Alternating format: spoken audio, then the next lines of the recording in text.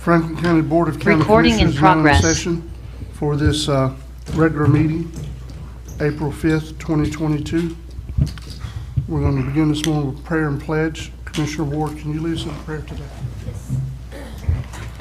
Lord, we come to you today to ask that you allow us to conduct our county business fairly and impartially. We appreciate the people that are in the room with us. We pray for their safety. We pray for everybody's safety today in the nasty weather that we're expecting. In your holy name we pray. Amen. Amen. I pledge allegiance to the flag of the United States of America and to the republic for which it stands, one nation, under God, indivisible, with liberty and justice for all.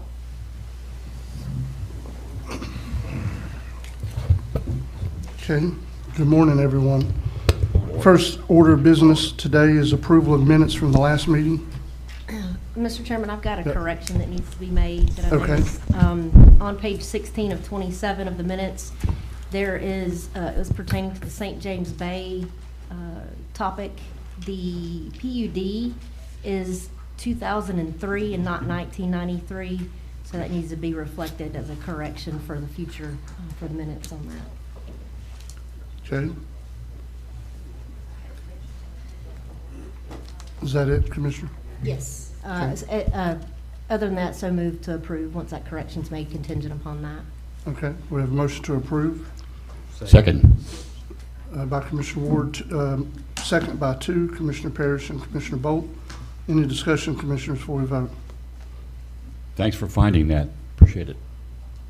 All in favor? Aye. All opposed? That's unanimous.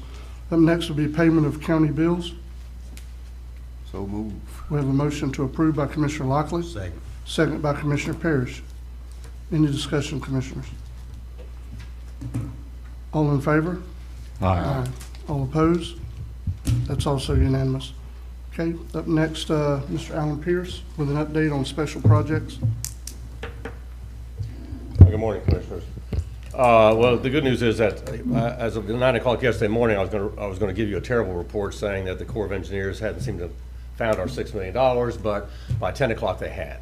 So we wasted 2 weeks waiting for them to process an electronic payment that happens instantaneously. So we lost 2 weeks of time, which was very disappointing, and I wrote a very blunt email requesting the Corps be responsible for our project and not just let it drift around unattended. So they said they're working on it ASAP. That's all I can tell you. Hopefully the project will get our pre-construction meeting will happen next week, I hope, but I'm going to be out of town for a little bit, and I've given the chairman some numbers of the contact. I'll give other commissioners the numbers. All I can tell you is I hope it continues to move forward, but we've done all we can do. They have the money. They've now processed the money. Aaron's got confirmation yesterday. We spoke to them. They admitted they have the money now. They had the money 2 weeks ago electronically, but somehow they didn't pay attention. So. Any other questions I can answer? I'll be glad to. Mr. Pierce, go ahead, Commissioner. Go ahead. Just for the record, I had someone reach out to me last week and said that she talked to someone who was on the dredge boat and said that they were not going to be dredging the 2 Mile Channel or East Point Channel. Yes, that's correct, because that And dredge is not going to be doing it. I explained to her that there are 2 different dredges going on. There's one here by the bridge and then the other. So I assured them. So I just want to make a note for the public to know on the record that there are 2 different dredges going on, and they are going to do East Point Channel and the 2 Mile Channel whenever Yes. they do whatever they need Yeah, to do. the dredge that's in operation now is not the dredge that will do our project. So the dredge in operation now is too big, and they couldn't get it into our channels. That's the Thank you. maintenance dredge. Yeah, they're doing maintenance dredging at the intercoastal. Intercoastal. And they were out there by the bridge at St. George Islands where they were last Saturday. I saw them myself. Well, and Yeah. to further back up what you're saying, Alan, yeah, the current dredge company is Encore, and it's a 24-inch dredge, which is too big to do what needs to be done for our dredge project.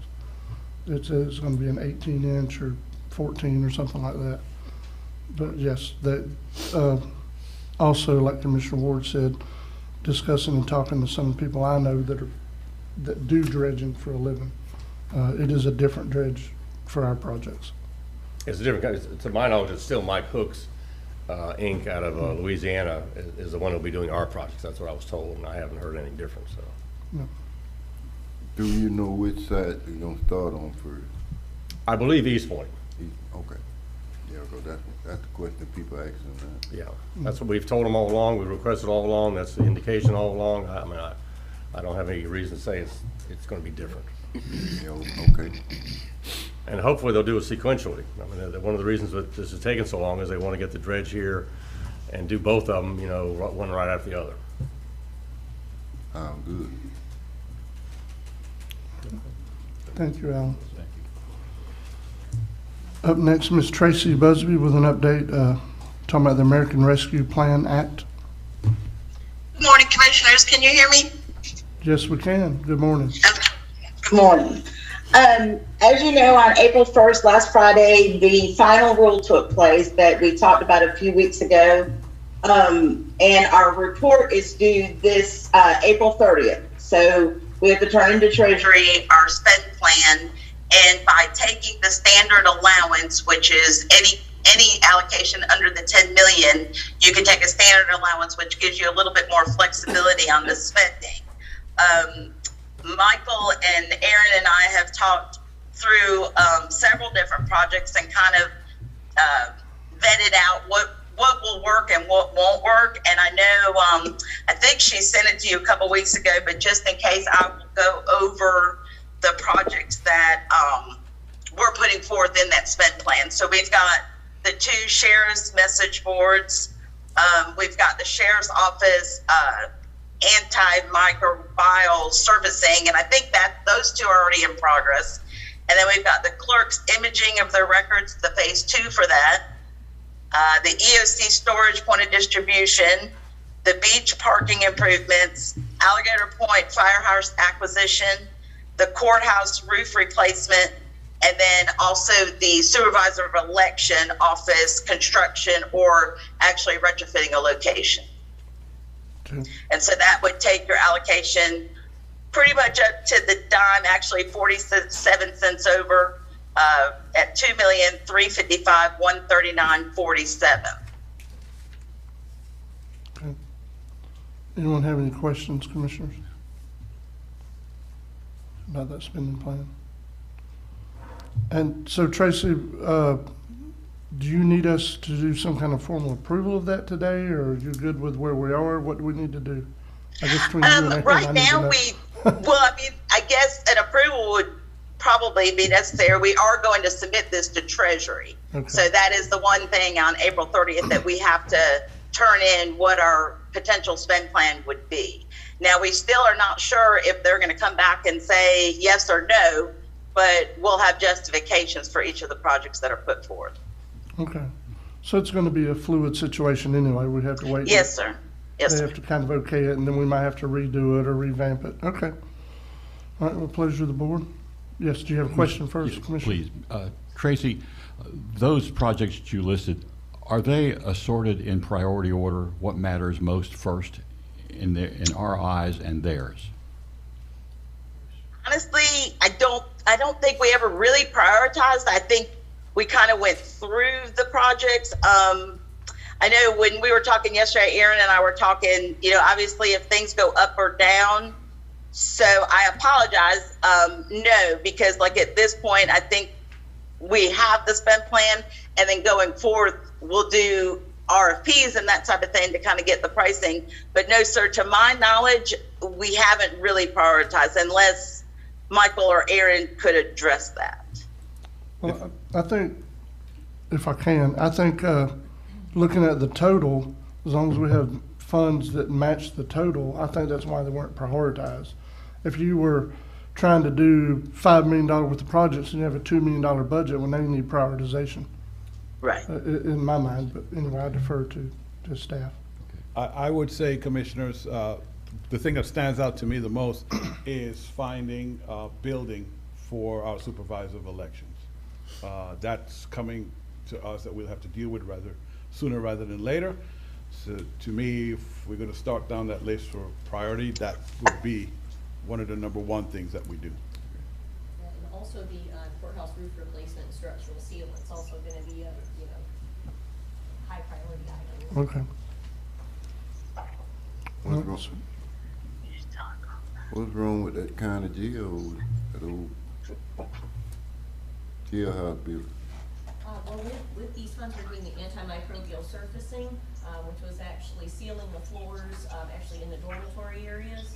And it looks great. I'm sure the sheriff can chime in on that, but. No, I'm talking about the building on the corner. Yeah, the problem with the building in the corner, Commissioner, is, and it's been a decade or more since we've had an evaluation, but we've had at least one, if not two, architectural reviews of that building. The problem is that building, one, the bottom floor is below base flood. Two, the walls are poured concrete, and they do not meet any ADA standards for public access. So the bottom floor of the old jail is, say, below base flood and has poured concrete walls that you can't move, like, you know, all this stuff is temporary, so to speak. But those walls are poured concrete, and so in order to widen the hallway and make any access downstairs, you basically have to demolish the building. So that building has stood there because no one wants to take, you know, the sort of the heat for tearing down a somewhat historic building for Franklin County standards. I mean, the keystone says Franklin County Jail, 1932, I think, or something like that. But beyond that, there's nothing in that building that can be saved or repurposed because it doesn't meet any standards and is below base flood. But it does sit there. There is storage upstairs. There's stuff downstairs. The clerk has some stuff upstairs. But there's not nearly as many important records in that building as there used to be because everything's going electronic. So I do say it used to be that's where all our overflow records are. But now we're moving into the situation where almost everything's electronic. And so I don't know of any office, the clerk or anybody else, property appraiser, no one is putting stuff over there anymore. It has things in it, admittedly. But as far as critical storage for future, you know, archives, I don't think that building has that value. And so, yes, the question is, what do we do with it? Because it's been sitting empty now 30 years. Good place for a parking lot. It certainly is. I mean, it's and admittedly, all the space around the public defender's office, all that green space, not being utilized. I would have to say that, I'm sorry. Yep. We do have a lot of records over there. You still do? Okay. Oh, yeah. I was gonna correct you on Okay, that. all right. All right. I know the property appraiser stopped putting things over there. Oh, no. Yeah. We Okay. have lots of Okay. records over All right. Okay. And so does the building department. We also have records, and But we're trying to slowly scanning them to electronic yeah. records. I mean, it's a process. But it's a yeah. process. It takes time. Yeah, okay. Thank you. All right, so pleasure of the board. I guess tentatively approve the spending plan for them to submit. So moved. Have a motion to approve by Commissioner Parrish, second by Commissioner Lockley. Any discussion? All in favor? Aye. All opposed? That's unanimous. Thank you, Ms. Tracy. Thank you. All right. Now we're at the public comments section of the meeting. Mr. Rudy, sorry, what's your last name? Sorry, I can't read it. I apologize. Mang. Man, okay. Please come forward, state your name for the record, sir. Good morning.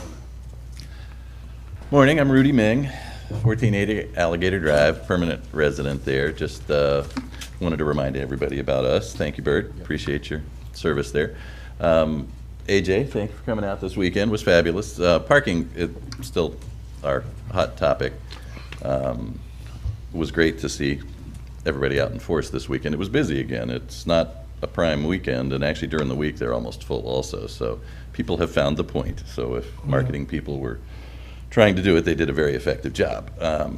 Anyway, so again, just want to reinforce to everybody, we appreciate that the sheriff is coming out and trying to take care of us. It is not just a weekend thing now.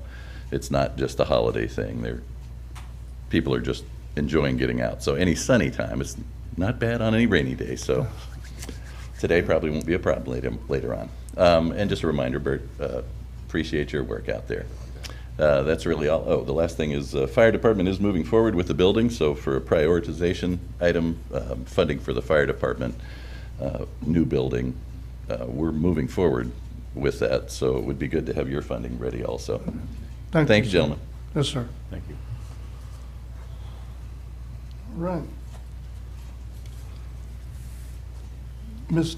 Donna I want to make sure I'm doing correct. You want to speak later when we're talking about this item, correct? Yes, sir. Okay, I was just making sure. Thank you, Ms. Donna. All right, Clerk Maxwell, your report.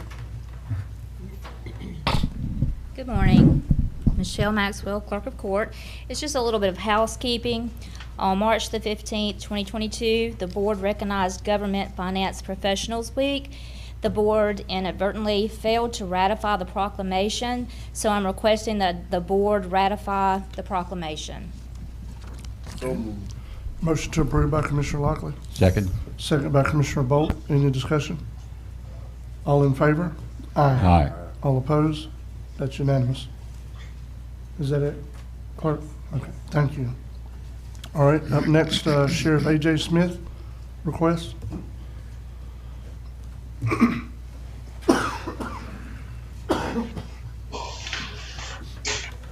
Good morning, Commissioners and everybody here. A.J. Smith, Sheriff, Franklin County, and Captain Ham. I noticed on the agenda there is discussion about the license plate readers, and Captain Ham's going to make a presentation about that. We wanted to get public input and input from y'all, and of course some funding if that's something that y'all want to do. But then I wanted to speak about the Alligator Point parking issue. So just tell me how you'd like to do it, what you want to hear first, or That's up to you, sir. okay. Captain Ham. Hey, good morning, Commissioners. Mr. Michael, I've got these to pass out to the Commissioners. Just a little bit of information on the LPRs, and then we have a little video to play, and then whatever questions you have, I can answer, and I'll be happy to speak on whatever you got. Many Florida law enforcement agencies have acquired ALPRs as they assist law enforcement in detection, identification, and recovery of stolen vehicles, wanted persons, missing or endangered children, adults, and more. Over the years, Franklin County has seen its fair share of dangerous situations. We've had armed robberies on St. George Island. We've also had thefts over in Apalachicola, approximately a little over $250,000 at our marinas. With a license plate reader, we could have solved this within moments or hours. ALPRs use cameras mounted on police vehicles or at a stationary location, such as a highway overpass, to collect images of license plates and also images of the vehicle. This image is accompanied by the data, time, and location of the vehicle, and in some cases, photographs of the driver and their passengers. ALPR data helps detectives develop and pursue leads in criminal investigating by locating suspects, witnesses, and victims by simply identifying vehicles in the vicinity at the time of the crime. To say these devices would be helpful would be an understatement. ALPRs possess revolutionary technology that could potentially save countless lives in the near future. So pretty much, Commissioners, what we've got is the ALPRs. They're an automated license plate reader. You can, as the video said, you can mount them on vehicles that patrol around the community, or we can actually have them stationary in certain areas of the Franklin County. Of course, we have Highway 65, 67, and Highway 98 running east and west. Pretty major areas, you know, for as far as traffic, people entering our community. They would help on people coming into our community, causing issues, you know, coming here to steal items, bring drugs, things like that in our community. They're not going to be used as far as writing tickets. They could be used as that, but they're not going to be used for that as right now. Basically what they're going to be used for, if we have people that are missing, we're going to try to locate them. If they've left in a vehicle, we're going to enter their information in to see if they've even left our community. If we have a theft on St. George Island or Alligator Point or Apalachicola, we're going to enter the information. We're going to monitor. Maybe somebody's seen a van or something that came through that area.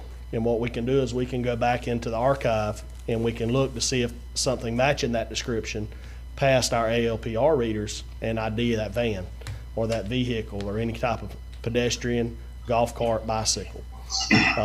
The cameras that we've been looking at are put out by Motorola Solution and Flock Safety. Flock Safety, if you've been to Bay County, Mexico Beach, Port St. Joe, and towards Tallahassee, you've passed flock safety cameras, or you've passed Motorola Solution, which is sold by Vigilant. Gulf County has 2 ALPR cameras on 98. So if you go through Gulf County, you're passing them. If you go through Mexico Beach, you're passing Bay County's cameras. I think a total Bay County has approximately 20 cameras at this time. They have some that are fixed. They also have some that are on trailers, on like the speed trailers that you see around our community. They've done a lot of good resources. They've collected a lot of stolen vehicles, endangered adults. We had a case not too long ago. East Point man went missing. We had no idea where he was. We know he stole the wife's car.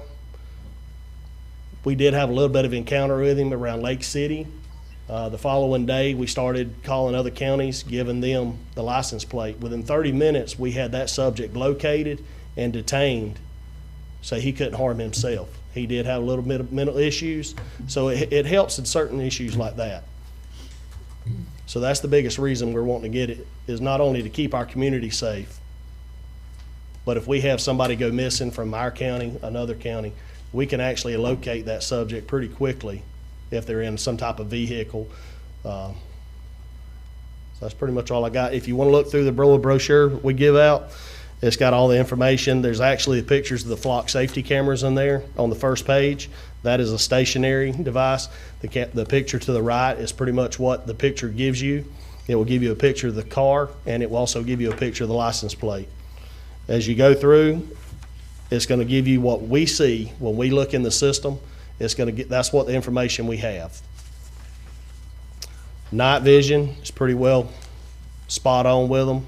They will also pick up temp tags, out-of-state tags, anything that DHS&V puts out, they'll pretty much read. The data, I know that's been a big thing about the data. How's the data collected? How's the data stored? Data stored for 30 days. It's not sold to anyone. It is for us only. It is for law enforcement purposes only. So the data's not sold to any secondary division, any other business, anything like that. It is for us and us only. We actually have an LPR reader in Franklin County, and it's at a it's up on North Bayshore Drive, but it's not the sheriff's office. It's the private community. It's their ALPR. And as you enter their subdivision, they're catching your tag. If you pass their subdivision, they're catching your tag. So we already have the systems in place in Franklin County. So we just want to add for our safety and implement this into the county. So, thank you for the presentation. Couple of questions. Yes, sir. And this is good to have the discussion about what the readers actually are. Yes. But for us, it's still not something we can take action on. Number one, we're in the middle of the budget year, so it might be something we can talk about in the next budget cycle. But it's also, there's no cost per camera, Yeah, how many cameras we're looking at, you know, those kind of Yeah, things. well, the cameras we're looking at are those 2 cameras. Okay, Okay, which is the Motorola Solution and the Flock Safety. The Flock Safety are $2,500 per camera per year. okay. That's your camera, that's all your data entry, and that is the use of the system itself. Okay. And so that's per camera. We are actually in the process of, we have a grant to purchase 1 camera. Okay, So we will be later on purchasing 1 camera, which will be what we call a quick deployable camera. It's a camera that we can move around the county for any kind of hot spots or anything like that. Say Alligator Point. If we have issues Alligator Point, we can actually deploy it in Alligator Point. Any kind of drug areas. If we have thefts on St. George Island, we can deploy it in the hot areas for over there for any kind of thefts we have over there. So that will be one, I mean, we will be purchasing through a grant, and we can actually purchase it here soon. But they are $2,500 per camera, and that includes the camera, the installation, and the data use so, and that, but it's 2,500 per year, correct? per year. Okay, and how many you guys potentially looking at We've having to begin with? Yeah, like we've 4 or talked about 5? it, and we kind of want to put them on the major entrances into Franklin County. We've talked about putting one on the west side of Highway 98, around 10 Mile Y. We've talked about putting one on 65, St. George Island. I think 8, I think is what we come up to be. Okay. Or 8 to 10 is what we were pretty much going to implement. Okay. Fair enough. Any other commissioners have any questions? Mr. Chairman, I've got one. I don't know, Captain Ham, the 4-year-old girl that got ran over in Panama City Beach. Yes, ma'am. To my recollection of the article, if I read it correctly, didn't this technology catch the hit and run driver that ran over and killed the little girl? Yes, ma'am. The APL, the readers, the license plate readers out on the beach, but they have them on back beach and front beach. They actually caught the vehicle leaving the store after the girl had been run over. And I believe the APL, I think the reader is about not even a quarter mile from the store where she had been hit. And it actually caught between what they had on the video at the store and what they caught on the ALPR. They were able to come up with the information pretty quickly. Also, all the incidents, I mean, I'm sure everybody's followed that's happened in Bay County.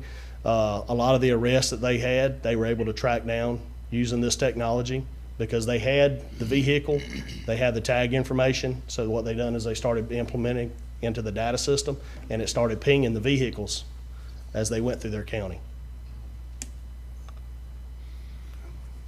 Anyone else have any questions?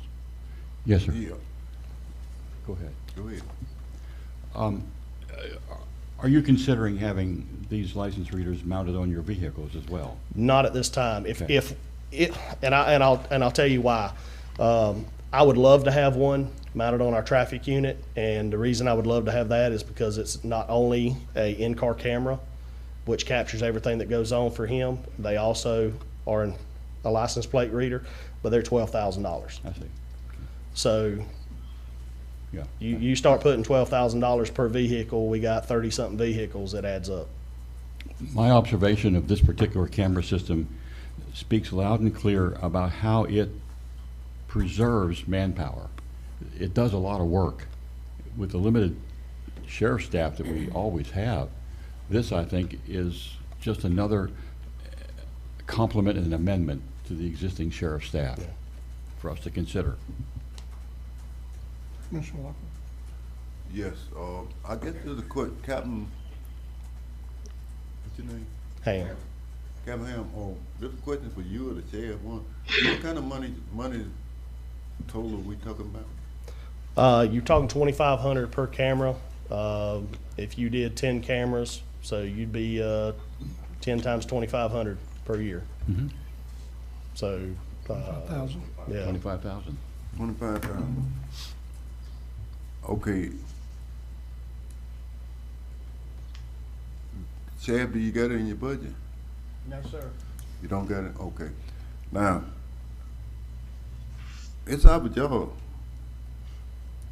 county commission, to do public safety. And this is a good thing for public safety. So we ought to be fined $25,000 instead of not waiting the next year. I mean, that, hey, you gonna wait the next year to save somebody's life? Or catch something that you could have caught with this? I think we should dig down in them books and find $25,000. If we get $25,000, we can pay.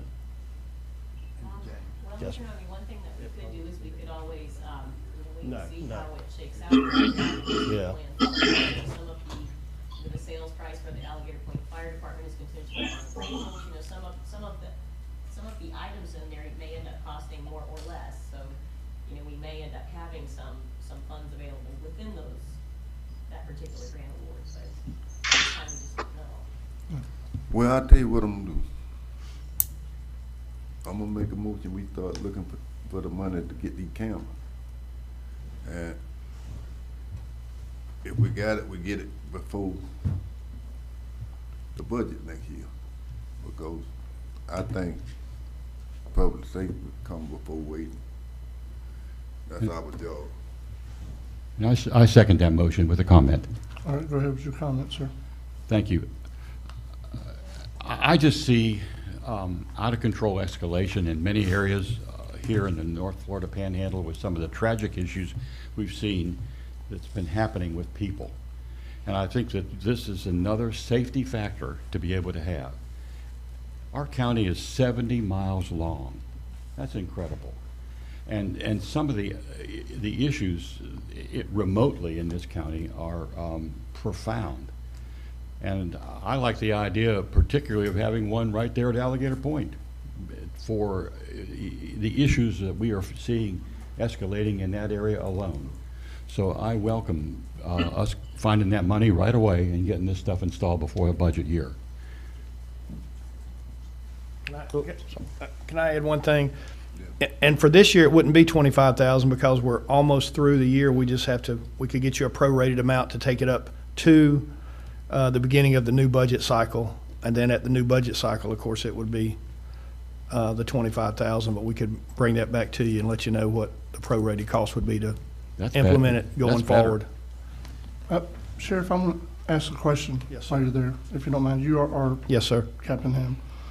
So if the 2,500 for this year, there's initial setup to the camera, is it still going to be 2,500 each additional year? Yes, sir. The total cost per year is 2,500. So as we start a new year, then we just, the clock starts ticking again. The 2,500 we pay per camera per year. And that includes the insurance on them. The only time that we would have to come out of pocket to replace a camera is if a camera was shot, a camera was destroyed maliciously. If the camera fails, they'll actually come out within a day or two and actually replace that camera free of charge for that 2,500 per year. So that includes the solar panels, the poles, whatever needs to be replaced. If they're run over by a vehicle or something like that, and it's a traffic crash, and we can actually prove who done it, their insurance will have to go and replace that camera for us. Okay. Thank you. Chairman, I've got a question. Yes. Captain Ham, you said data with these cameras. Yes, ma'am. Are you limited on the amount of data in terms of gigs? Or, No, ma'am. So it's like unlimited, so we don't No, have ma'am. to come up with extra money to pay extra gigs? Can we No, run ma'am. over? Okay. No, we actually did some studies with it, LPRs last year, me and Lieutenant Ward. We put them on Island Drive going to St. George Island. We had Vigilant Solutions bring us a speed trailer, and it actually had mounted LPRs on them. Bay County was doing the same demo at the same time. They recovered 32 stolen vehicles within 1 week. That was going down 231 into Bay County. We actually, we had 7 hits on stolen vehicles that was coming in to St. George Island.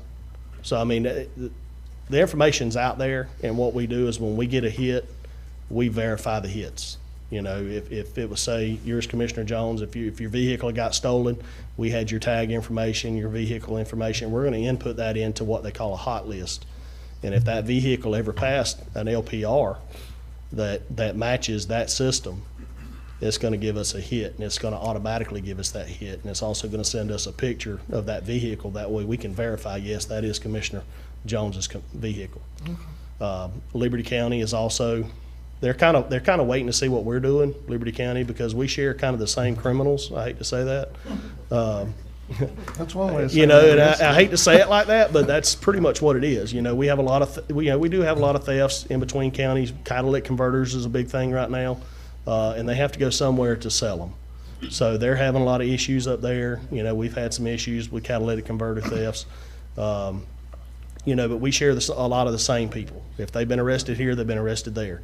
So they're kind of waiting to see what system we kind of go with, so we can kind of share data in between. So if they get a hit, they can notify us, or vice versa. So. Okay.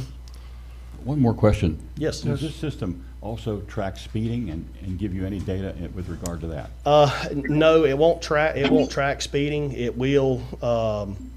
I believe the flock safety is 100. It's 100. I think it's up to 100 miles an hour. The in-car camera, the $12,000 in-car camera, is up to 165 miles an hour. That it will actually read your tag and all and give pictures. So they kind of average around 100. The station areas is 100 miles per hour when they go by. But no, sir, they won't give you a speed. We'll have to use our speed trailers for those. The only other thing I will say, and I know there's a motion and a second here on the floor with Commissioner Lockley and Commissioner Bolt. I would remind this board, the reason I said to begin with about budget time, even if we can use ARPA funds to initially do this, this is a recurring expense. This is going to be every year. And, you know, it's good to have them. It's even better to have them continually if you're going to do it. Yes, sir. You know, not just start something and then stop it because you've funded it with one-time funds on a recurring expense. So I would like to just remind this board of that. And Mr. Chairman, you said that you got some of the initial cameras on a grant. Yeah, we have a grant. It's a $8,000 grant. I'm not 100% sure. I don't remember exactly who it was through, but we are purchasing a Motorola solution. They come out with a new deployable camera. It's not much bigger than your iPhone, so it will be deployed, and we can put it on poles, trees, wherever we need to put it. Like I said, it will be used for hotspots, you know, heavy drug activity in our neighborhoods. If we have thefts in our neighborhoods, you know, we will probably deploy it and kind of see what's going on in the neighborhood, who may be visiting that doesn't need to be there. So, you know, it will be for investigation purposes. Can it help with the parking issues in Alligator Point? Good point. Well, I'll give you this. You know, like Commissioner Bolt said, you know, he'd love to have one down there. And, you know, I kind of drew up a rough draft of where we would love to have them implemented. And we do have one that is right there by the little park entrance when you turn down Alligator Point Drive. You know, we do have thefts at Alligator Point. And if we have a deputy that's in Lanark or Carabel or in between East Point and Carabel, it takes him a few minutes to get down there. You know, so if we have a theft and not a lot of traffic goes through Alligator Point at night. So if we have this technology in place, we could probably solve that case pretty quick. You know, especially boat thefts, trailer thefts, and we have had those down there in that district. We've had them in Lanark, and thankfully we were able to solve those with cameras, not LPRs, but getting out, looking at every camera in the area, and we were able to identify the vehicles and the subject who took the boats, and we're talking $100,000 boats. You know, we were able to recover. Okay. Any other questions? So we have a motion on the floor to see about finding a way to fund these, correct? That's what the motion was. It's not only see about it, but get that money and get it to them so they can buy those cameras That's right. now. Then y'all need to re-amend Wanna the make motion. sure that That's not that's what clear. was said. Well, I tell you what, I'm gonna amend my motion for them to see about it, get it done, and not only just for this year, but from now on. Yeah. So first has been amended. I support that amendment. That's my point. All right. Any more discussion before we vote? All in favor? Aye. All right. All opposed? I oppose. All right, passes. Thank y'all. If y'all have any more questions, feel Thank you. free to reach out to me. Thank y'all. Mr. Chairman, if I could, for 1 minute before the sheriff speaks, I just want to let Ms. Deborah Brett know she's holding that as soon as the sheriff has completed his presentation, we'll come to her. I missed her for public comments. Or you go ahead if you want to. No, you finish, sir, and then I'll come to Ms. Brett afterwards. I'm sure she's going to kind of bounce off what you said because it was in support to helping you at Alligator Point. Anyway, Okay. So, yeah. All right, well, good morning again. Morning. And as I think everybody's aware, we have an ongoing issue with parking at Alligator Point. I know I sound like I'm broken record, but I'd like to, maybe we can get some things resolved today and talk to Commissioner Bolt, talk to homeowners down there. We had, this past Sunday, I was down there. It basically takes 2 deputies to keep these parking areas clear and the safety of just one deputy being down there, because the people that get towed and ticketed are very unhappy people, and they were very unhappy this weekend, verbally abusive. I mean, not where they cross the line where they would go to jail, but some of them were kind of borderline. So my suggestion is either close the public parking, keep the beach accesses open, just close the public parking. There will be no more public parking. The people that live there don't even park there anyway that I can see, because everybody that was there this weekend was from out of town. Nobody local was there. And I guess the locals, they walk to the beach or they ride their buggies or whatever.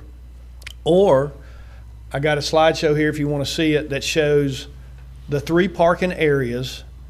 And a couple of years ago, we put out some big boulders that eliminated the overflow. So we had the parking signs where they can park, and then people start parking outside those signs. We put boulders up, and where we put those rocks, and I say we, it was the county and us together, they don't park there anymore. But there's still some areas where we don't have barriers to keep them from parking. So either close the public parking, or let's put these barriers up in these other places. And you'll see, like right there, the people where they put their own barriers, people don't park there. And they started doing this years ago. They put their own barriers on their property so people don't park there.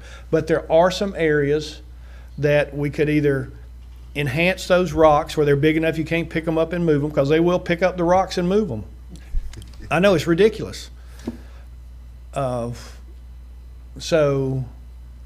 kind of wanted to leave it up to y'all what y'all would like to do. If you want to try putting bigger rocks in these places where the people can't park, we could see how that went. But as far as I'm concerned, I'm going to quit answering parking complaints down there, because it is a real waste of resources to take a deputy sheriff, send them, or 2 deputy sheriffs, and people have been going in on the weekends to supplement. Like I went yesterday because Captain Seeger is there before, Captain Ham there before, to supplement the patrol deputy that's there. And it's really such a waste of a deputy sheriff's time to be a parking enforcement person. And, you know, there's just better things for them to do. I mean, when that deputy is doing that, nobody's working traffic. I mean, on my way down there, I clocked one at 80-something miles an hour, another one in the high 70s. I mean, they're just, and we get a lot of complaints about reckless drivers on 98. I mean, it's just crazy. And so the deputy needs to be out handling those issues instead of being a parking enforcement person at Alligator Point. So I'm open to your recommendations or to your what you'd like to do. And I can go through these slides and show you more of what I'm talking about if you have particular questions.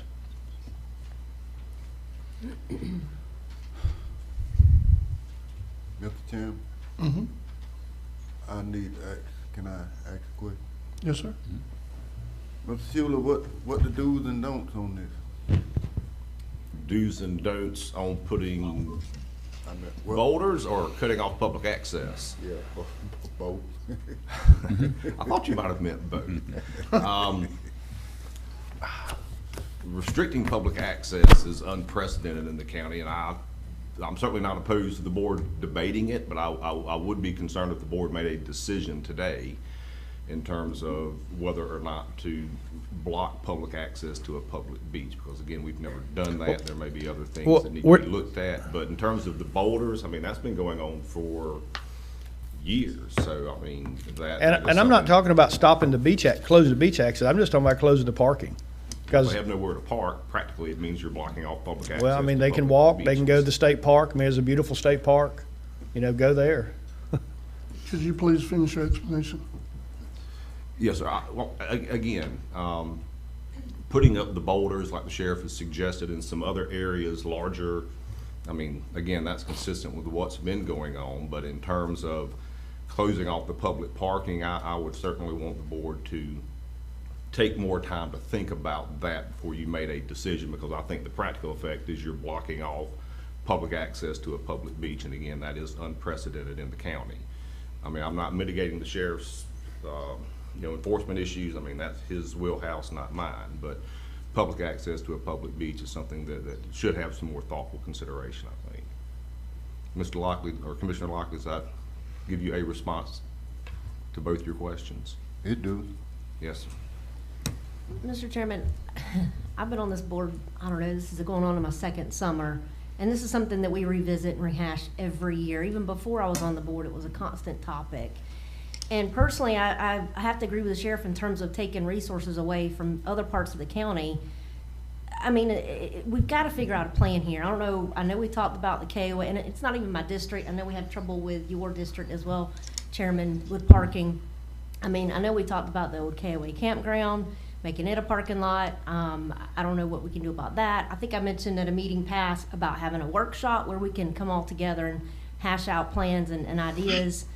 I understand it is a public beach, Attorney Schuler, but I mean, I do agree if people have a little bit of way there to park, they're gonna park. And I could see them moving boulders and moving boards and, you know, it's rude for people to do that, but it's still not gonna make them stop.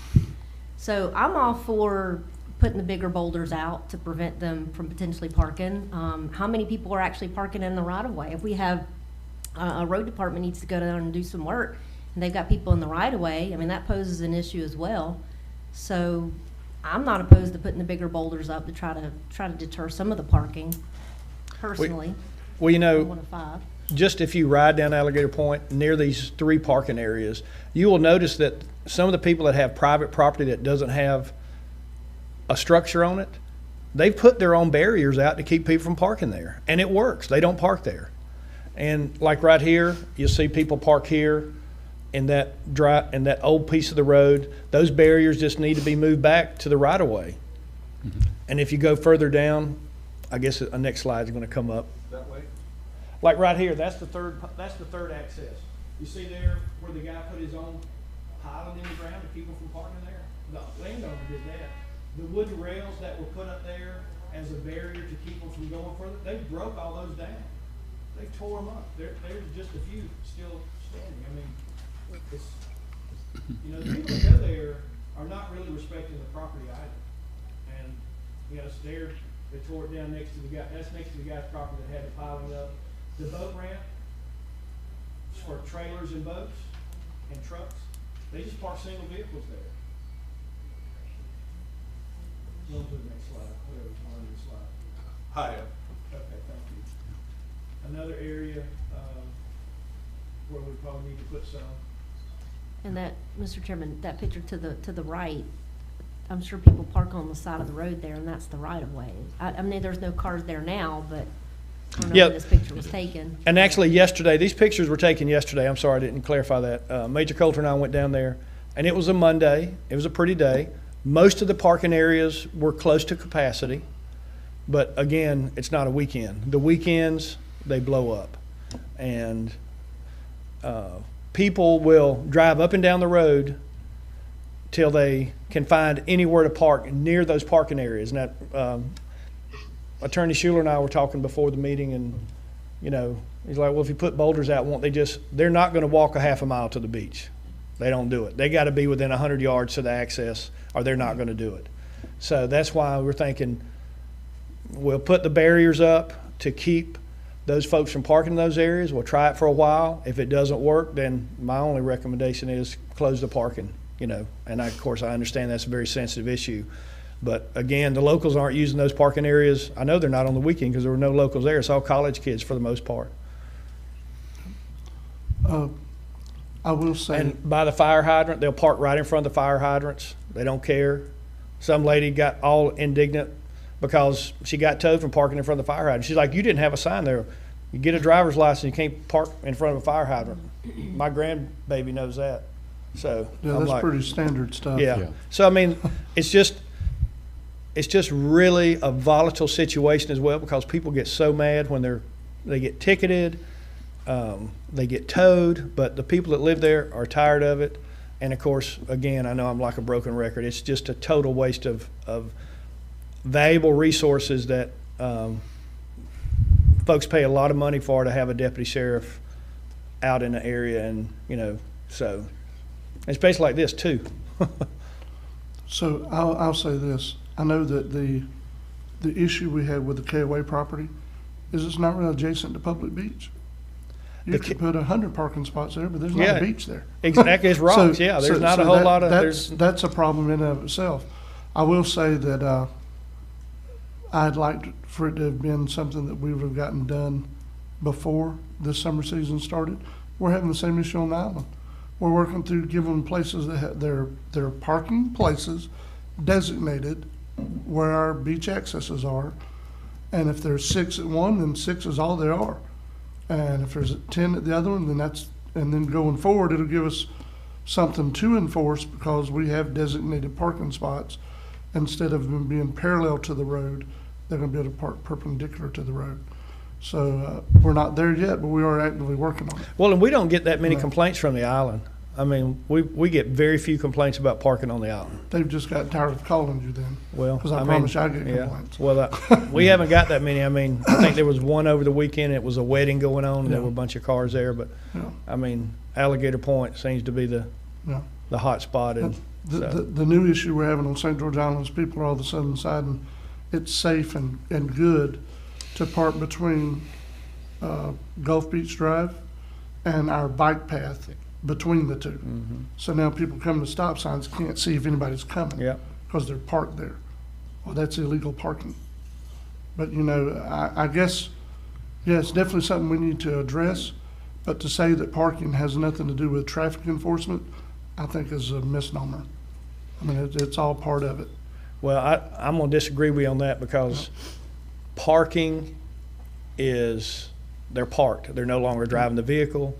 And for two deputy sheriffs to have to go to Alligator Point and spend the entire day there when they can't be doing other things, again, it's, and see right here where the rocks are? Those are rocks that we put out 2 years ago because they were parking in that area, which is right away and it's adjacent to, you'll see the car down at the far end, it's adjacent to it. Nobody parks there anymore. We solved that problem by just putting the rocks there.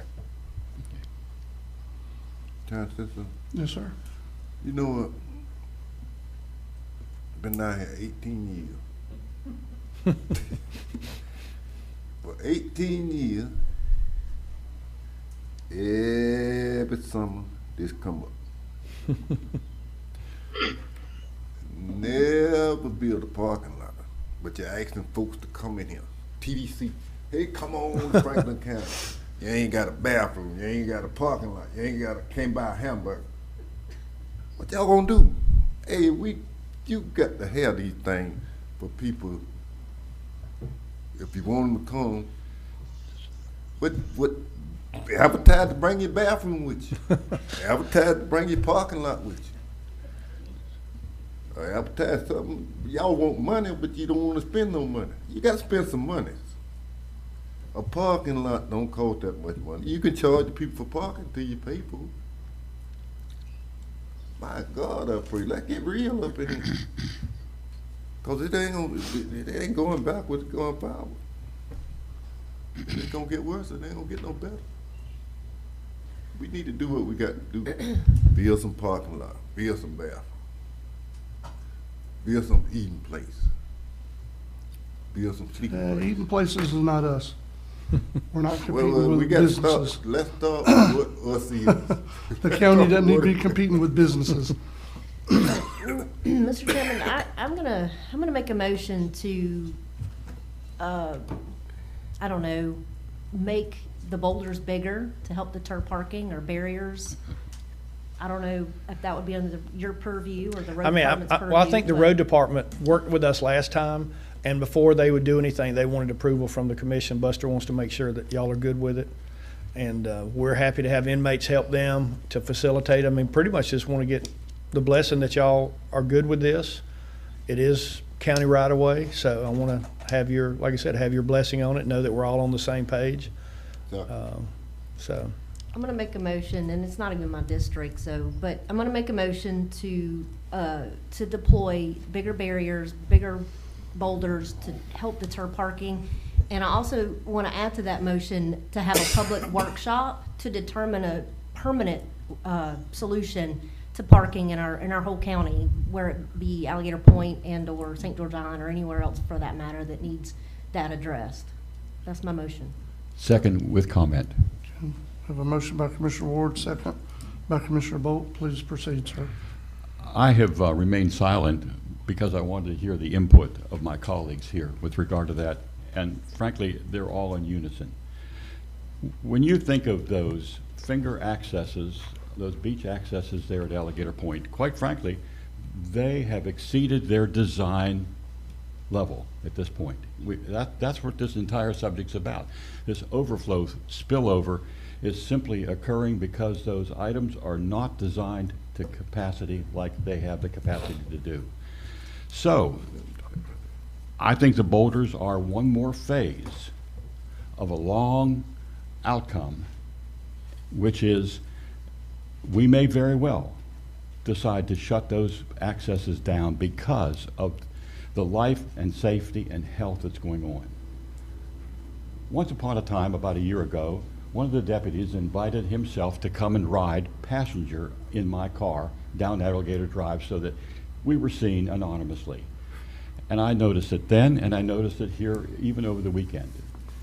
The people get out of their car door opens up into incoming traffic. They're pushing baby strollers, they're pulling beer wagons. It's a great time to go to the beach, and I want people to have a good time, absolutely. However, they have no situational awareness whatsoever. I witnessed this on numerous occasions. So we here as a county commission will need to be a hero to help people from themselves with regard to the issues of life and health and safety. So the boulders is just another phase that I support wholeheartedly, but I also want to pivot on the point of looking immediately to the future, of beginning to develop that KOA campground as a potential for metered parking, bathroom facilities, and pivot on this, quite frankly, an escalating crisis that's happening completely every year. Thank you. One more thing, Mr. Chairman. Yes, sir. You got to stop worrying about convenience. They're coming on the island. If you park now close to the beach, you setting yourself up for a fight anyway. Cause them cars gonna come behind you and they gonna park, they gonna park. And you wanna go for the next one, leave. Ain't no, you got to walk out, you don't know who car it is. I mean, you can't get out. So you need to be down somewhere else where you can get a walk and get in and out. But I seen roads fill up when I was a little boy. You get jammed in there first or second. It might be night before you get out of there. Depends on where it's at. Yeah, those people be all over the beach. You don't know who it is. Mr. But Chairman. if they down the road and can walk, ain't nothing wrong with walking. I've been walking all over Appalachia all my life. I just ain't able no more. Yes, sir. Let's also not forget about Ballpoint State Park. A wonderful facility, designed parking, in control, bathroom facilities, and frankly, I wouldn't be opposed to having a message board that says, as you arrive on the Alligator Drive, Ballpoint State Park, best, and an arrow showing people to go there, go there, go there. I think we ought to be considering that as well today. I think the issue there, Mr. Chairman, is I don't believe there's any alcohol allowed on State Park. There is not. I think a lot of people would prefer to have an adult beverage when they're on the beach, which is maybe why they're flocking to areas that they probably should be flocking to versus the park. That's just my opinion. I know that. But that again is another element that seems to cause lack of control, is the alcohol that's on those beaches there at Alligator Point. Mr. Chairman? Yes, sir. Where specifically are these rocks going? All down the side? No, they'll just be adjacent to those 3 parking areas. To keep them from expanding that? Exactly, that's all. And most of the, I mean, it's not in front of people's houses or anything like that. It's just, you know, undeveloped land where when those places fill up, they just start parking right next to it. Glad you asked that question. I was thinking about it, but thank you for asking that question. I wanted to clarify what we were talking about. Yeah, I was going to ask if we change that to as part of the motion to be specific, because, I mean, Buster's on, Howard's on the phone, online now, waiting to give his report. But I want to give him clear, precise direction as to, you know, where he's going to put these rocks. Sure. I'm sure the sheriff department will help him and guide Yeah, him. well, no, we'll work you with know. them. We just want to make sure that y'all, one, we're on the same page and that you I know y'all understand what's going there, and just so y'all, know what's happening. And like I said, at the end of the day, the right of way is y'all's. So wanted you to know what's going on so we can discuss it. If you have better ideas, we're open to it as well. So I I think think, it's part of our problem. None of us have any really great ideas. Oh, We I all do. have I have- decent ideas, but none of them are really great. Oh, sure. Workshop is a good idea, but I have a good idea. Make sure those boulders are hand-picked, heavy, big, and on yeah, we'll close take centers. care of, we got that. We'll be Real good with important that. there. If y'all are good with us doing it, trust me, it'll be taken care of. Good, okay. All right, so would you amend your motion to reflect the area we're talking about? Yes, I'll amend my motion to reflect And the areas. Commissioner Bolt? Second, thank you. All right, any more discussion before we vote? Yeah, make sure you Chair- get some of them boulders, them 6 foot tall. Sure, that's right. Overkill, right? I was gonna make two. Yes. Well, you're exactly right, Commissioner Ward. The biggest issue for why people use Alligator Point instead of the ball point are dogs and beer.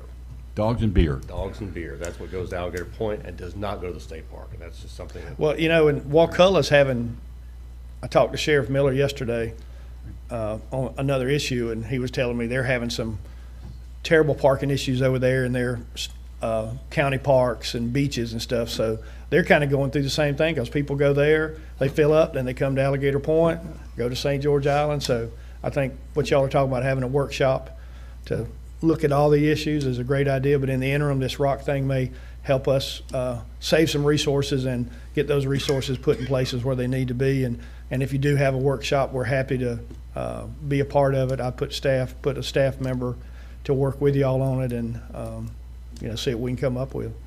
Sounds good. I give, Say, What else, sir? well, I'll say dogs and beer is the whole point for the workshop. You solve that two problem, you'll solve the parking problem. But the other thing is there are plenty of rocks at the OK away, the property we own. So you probably know that, but that's where the rocks are. Just go get them. Okay, good. you know, Chad, back in the days, when they started this stuff back there, it was less cars. Yeah, Yeah. that's true. Everybody got, every family got, everybody in the house got a car. That's true. When they get 12 years old up, they got more cars, so you gonna have more cars. Yeah. When you and I were young, the state of Florida was like the 34th largest state. We're now the third largest state, so we got a lot more people too. Yeah, because Commissioner Jones, we did get calls over the weekend about the boat ramp by the bridge, that people are parking single vehicles in the ones that are designated just for trucks and trailers. So it's like, why don't people just follow the signs? It's simple. They know not to do it, but it really is mind-boggling. Yeah. Well, the issue with that is, yes, there are places that are marked for boat, trailers, and trucks, but people also use the fishing pier to fish, Yep. and they don't have boats. Yeah. So that's gonna be an issue we also need to Yeah, so again, discuss and it's a really big issue, and I'm glad that y'all have to work on that. All right, I think we about talked this to death. I think Anything so, else before too. we vote? All in favor? Aye. All opposed? That's unanimous. All right, 5-0. thank you. Thank you, Y'all have a Commissioners. great I day. appreciate that. All right. So now we'll go back to Miss Debbie Brett. Miss Brett, we apologize for skipping you earlier for public comment. Oh, Ms. Brett, let me do this. Yes, she's there.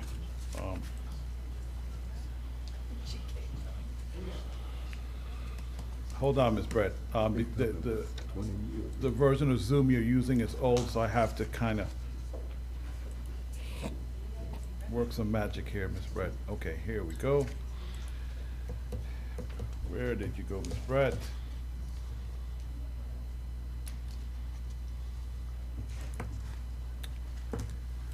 Ms. Brett, I'm gonna send you a message to promote you to panelist. That's the only way you can talk because the version of Zoom you're using is too old to be able to talk today. So please accept my invitation to be a panelist.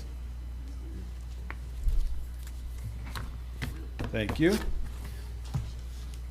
And Ms. Brett, you could go ahead, let me unmute you. And Ms. Brett, go ahead, state your name for the record, and you may address the Board of County Debbie Brett. Commissioners. Hey, Miss Debbie. Debbie Brett, Alligator Point, Florida. Can you hear me okay? Yes, ma'am. Good morning, Commissioners. I would like to thank Sheriff AJ for taking his time to be there and for all the efforts he's made at Alligator Point regarding the parking issues. Thank you, Bert Bolt, and the other commissioner that brought this up and are making a motion. But speaking on behalf of Sheriff AJ and his entire team, and firsthand witnessing this on a regular basis as a full-time resident, it's requiring so much manpower, and I like all the ideas y'all have come up with today. Very good solutions. If the parking signs, so that the public doesn't think that this is public beach parking, could be removed, along with the boulders. But a very simple and I think cost-effective solution could be to have a road sign, a directional sign on County Road 370, Alligator Drive, to inform drivers where to turn to go to the Ballpoint State Park, which has two safely off the road and very large parking areas. And I understand that people can't take their alcohol or their dogs, but that would also help with some of the traffic accidents that happen at the end of the day, where people are missing the turn by the fire department and going completely off the road. This was never a problem until the right-of-way was cleared and beach parking signs went in and public beach access signs went in and the public boat ramp sign went in. And if y'all could please ask Michael Schuler for direction by looking at plat book number 1, page 22, item number 50, the dedication of the access at the third access, that is not for use of the general public. It says it in black and white, and you have all this in your plat records. And the beaches to the west of there are all owned all the way to the shoreline. Doesn't just say the mean high water line, but most of the day the mean high water line is underwater anyway. But to direct people to the safe, where they have rangers, where they have parking, where they have facilities, and can handle that many people. And if you put in 100 parking spaces at the old KOA, they don't have anywhere to go. They're going to be in people's backyards again. Especially with the bike path coming in, they can ride, park, and just cut through people's property. So if we could direct them to a safe place for them to be and take away this burden that's unnecessary on the sheriff and his staff and the people, the residents here, because we don't see any benefit to the county as far as tax dollars. It's just an unknown benefit to put in this extra parking that was made. So if y'all could undo what was done, I think you have come up with a great solution, and possibly the sign to direct people where the public beaches are. Do you have any questions for me? No, ma'am. Thank you, Ms. Brett. Thank you all for your time. All right, let's recess for about 5 minutes. I was going to recommend.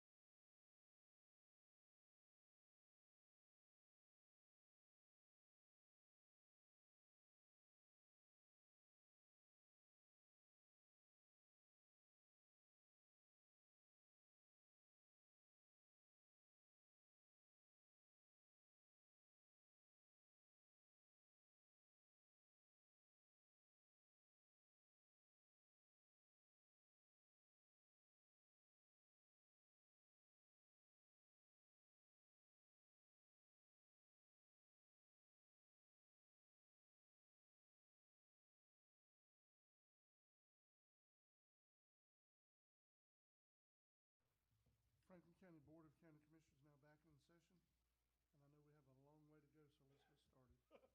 Up next, Mr. Howard Neighbor, Superintendent of Roads and Bridges. Good morning, Commissioners. How y'all doing? Doing well. How you doing, Howard? I'm doing good, Commissioners. We a lot of rain for the last couple of weeks, so we've basically been trying to grade roads and clean ditches and culverts and basically working on all the water drainage through the county. It is getting late, middle of April, so we're trying to get everything ready also to start cutting grass. A lot of your grass and stuff growing, So we wait for the flowers and stuff to get through blooming out and all on shoulder of the road, and then we're gonna start cutting grass. Okay. Also, I got one more thing for Mr. Burr, which I was supposed to bring up about the fence on Alligator Drive in front of Pelican, which we got up with that guy, and he's gonna remove the fence. So.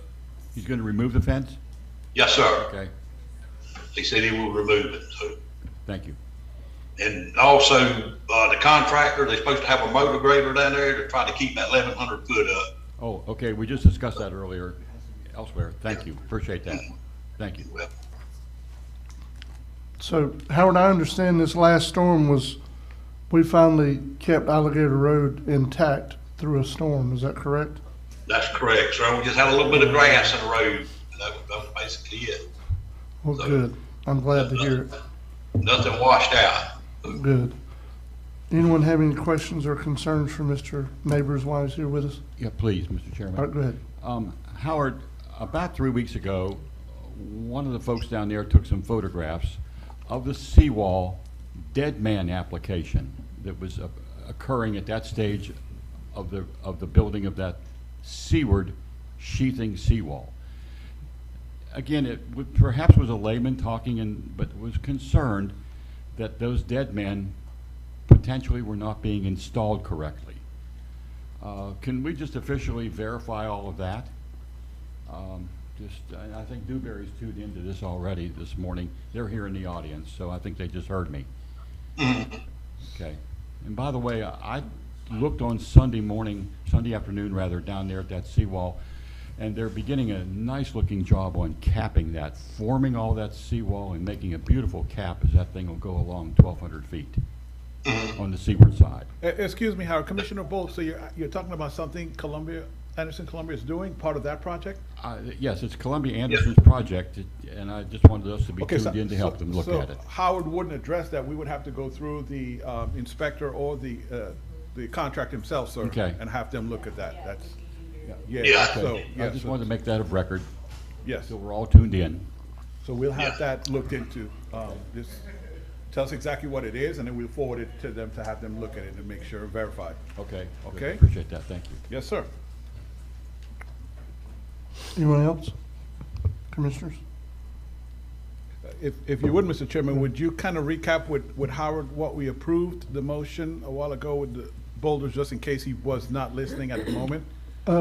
So what I understood, let's start that way, is that the motion was to put up some boulders or some rocks, whatever it may be, adjacent to our 3 designated public parking areas on Alligator Point Drive, and to make sure that the public is using the actual parking spaces and not expanding the space, is what I understood. Commissioner, yeah, I work with them any way I can, Commissioner. A big boulder like that, I just want to be on the safe side for safety. I don't know how far off the road them big rocks are supposed to be, but if somebody would have run off the road and hit one of them big rocks or something, it'd be too close to the pavement, and I wouldn't want that to fall back on the county. So. Mr. Chairman, that's a concern I also have. Yeah, that's about a concern. I don't know how they plan on configuring. He said block off any further parking other than the designated parking area. I understand that, but like Mr. Howard said, how close is it to the road? Somebody blows a tire or anything, goes off, hits one of these big old boulders, and it's sitting on county right away. Where does that put us at a liability standpoint from that kind of perspective? I don't know, because that's the reason I asked where the boulders were going a while ago, because You know, you always gotta look at the liability to the county of things you do. You just don't put a big boulder side of the road for somebody to hit. Now they've tore their stuff up and they want somebody to fix it. Yes. You Mr. know, Chairman? so, Yes, sir. I don't know. DOT has issued something, I believe it's called a green book that deals with these secondary road systems. Mr. Pierce, well, he's gone. I mean, he may know. He deals with those issues more than I do, but maybe have Dewberry look and see what the traffic safety regulations are before we proceed. Okay. I mean, DOT, I'm sure, has got a regulation for everything, and probably this too. Have them report back. But I work with them any way I can. I know they got a lot of parking issues and parking in front of people's houses and stuff, but I just want to be on the safe side. Yeah, well, if our road department superintendent has a question, let's get Dewberry to provide him an answer. Okay, I will. Anyone else? Howard, thank you for everything you guys do. We really do appreciate it. Please make Thank sure you. that your staff knows that as well. Thank y'all. Thank you. Up next, Mr. Fonda Davis, Solid Waste Director. Yeah, please, Mr. Chairman, because Fonda's looking at me like I owe him overtime for keeping him here for this long. So Oh, no, he's getting paid the whole time. Go ahead. Okay, good. That's right. Good morning, Commissioner. There's a few items here just for your information. The first item, Dixie Softball District 2 Tournament. For board's information, the Franklin County Parks and Recreation Department, in conjunction with Franklin County Dixie Youth League, has made a request to host the 2022 Dixie Youth District 2 Softball Tournament. The tournament, if awarded, will be held on June 17th through the 20th at Will S. Kendrick Park. Just for your information, next item would be Fairbank Scale Service. Landfill been using Fairbanks for a long time. We've been trying to reach out to them, having some scale issues, but Fairbanks is no longer able to provide the service for our scales due to staffing and operational challenges. Again, we have reached out to other services, so just to let you know. The last item I have is the landfill inspection and permit renewal. The landfill inspection reveals height issues that we need to address promptly. We are 10 to 12 feet above permitted height. The landfill permit renewal has also been submitted for approval. The height at 10 to 12 come from the storm debris is in certain areas, not the entire working face that we have. So we will work Saturday while the landfill is closed and try to move that to the area that's can be filled in. Just want to let you all know. Again, the permit, I told you takes about 2 weeks before we get renewed. Just found out this morning maybe a little bit longer. And in applying for that new permit, we also applied to be able to accept sludge again. So again, just to let you know, it may be a little bit longer than 2 weeks before we get our permit. Mr. Davis. Yes, sir. Concerning the scales, are they in not working order? I mean, what's going on? What's the issue you're having, I guess, is what I want to know. Yes, sir. They're still working. Okay. It just, we have to make sure that it's a certain section of the scale may be weighing a little bit different. Okay. So we catch the customer and have them to stop in a certain area. Okay. Fair enough. Again, the scales are, I've been there 34 years, so Yes, sir. they've been right there with me. Yes, sir. Yeah. You're really trying to get some new ones in. Yes, sir. How much Yeah. it cost? Oh, They are about $175,000. a piece. Yeah. You got That's each side. scale, yes. Right along with the scale house that's been there. Yes. We're working on that though. Yes, right. Thank you, Aaron. You are, we'll step further. That's all I have this morning. Okay. Any questions or concerns for Mr. Davis from the commission? Mr. Davis, thank you. Make sure and tell your staff that we say thank you as well for everything y'all do for the county. I'll do it. Thank you all for your support. Yes, sir. All right, up next, Ms. Pam Burnell, Emergency Management Director. Good morning, Commissioners. morning. Pam is on another call, as we had a conflicting schedule this morning. We do not have any action items today, but I'm here if you have any questions for me. Y'all hurricane ready? Yeah, yes, sir. If everyone has their plan ready, we're ready. Yes, sir. Okay. Jennifer, when are y'all doing aren't y'all about to do an event to help people do hurricane preparedness? Yes, sir, we are. We are doing build a disaster bucket event. We're going to hold it at Brewman Park over in East Point on May the 21st from 10 to 3. We have our first planning meeting on that scheduled for tomorrow morning here at the EOC or either via Zoom. It starts at 10 a.m. We invite everyone who would like to participate to please participate. The more the merrier. We want this to be a very informative event. We will have buckets to give away to the first 250 people, along with things like ponchos and flashlights and ponchos, flashlights, document bags, markers. We will be doing raffles for weather radios. We have a lot of things we're going to be giving away free. We hope to set up to do hot dogs for everyone who attends. And also, Fonda is checking with his schedule, and hopefully he's going to be able to donate bouncy houses for the kids to play in while we're doing the event also. Good. All right. Thank you, Jennifer.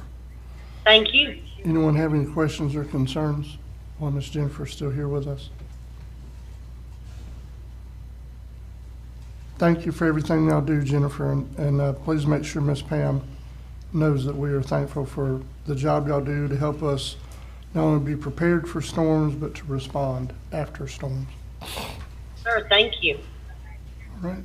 Up next, Mr. Eric Lovestrand, Extension Office Director for IFAS. Mr. Lovestrand is traveling to Biloxi for an oyster aquaculture meeting. Okay. And so unable to join because he's on the road. Okay. So if you have any questions or concerns, Commissioners, just send them to Mr. Marone and he'll be sure to get those addressed by Mr. Lovestrand. Up next, Ms. Whitney Roundtree, Library Director. Good morning, Commissioners. Good morning. Before I get started, today is National Library Worker Day, so I just wanted to take a moment to recognize and thank the Franklin County Public Library staff, Ms. Nancy Cuffman, Morgan Anderson, Stephanie Gaylor, and Terry Messer-Daniels for all their hard work and dedication to both the library and their communities. So we really appreciate them and the hard work that they put every day. My only action item is the part-time employee at the Carabel branch did resign and relocate to the Tallahassee area.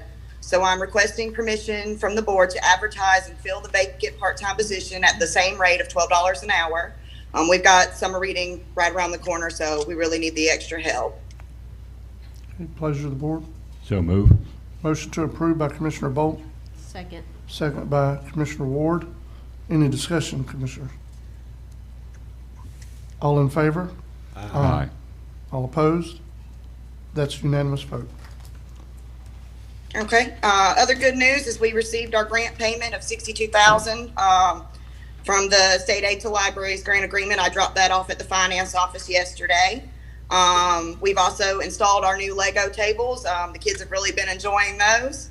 And we've also added a new bilingual story time. So we will have a story time offered in both Spanish and English now at the East Point branch. Any questions regarding my report?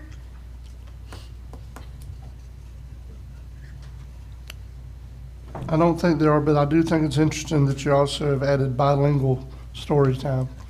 Being, being that I have a wife that's a native Puerto Rican, I think it's a pretty cool thing. Okay. Well, if she's ever interested in volunteering to read a story, we'd love to have her. So volunteered or voluntold, I got you. There you go. Thank you, Ms. Whitney, for everything you do and oversee for the libraries in East Point and in Carabel to help our children, our future generations. We appreciate it. Thank you, and I hope you all have a wonderful Easter holiday. You as well. Thank you. Thank you. All right. Up next, Ship Administrator, Ms. Lori Schweitzer Mills.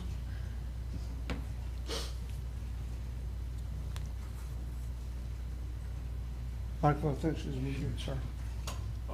I can't hear. Hey, Lori, you're still muted. Can you unmute yourself? How about I just do this, ask you to unmute? Does that help you?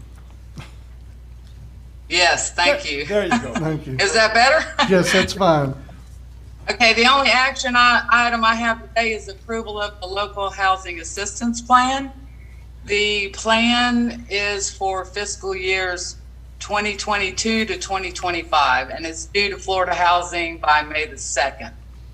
The plan will take effect July 1st of 22, and it'll go until June 30th of 2025.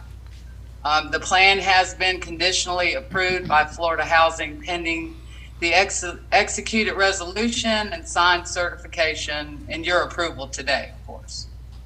You have all of the changes are in my report. Do you have any questions about the changes? I don't have any questions. Commissioners, do y'all have any? No, sir, I've looked over it previously. I'll make a motion to approve.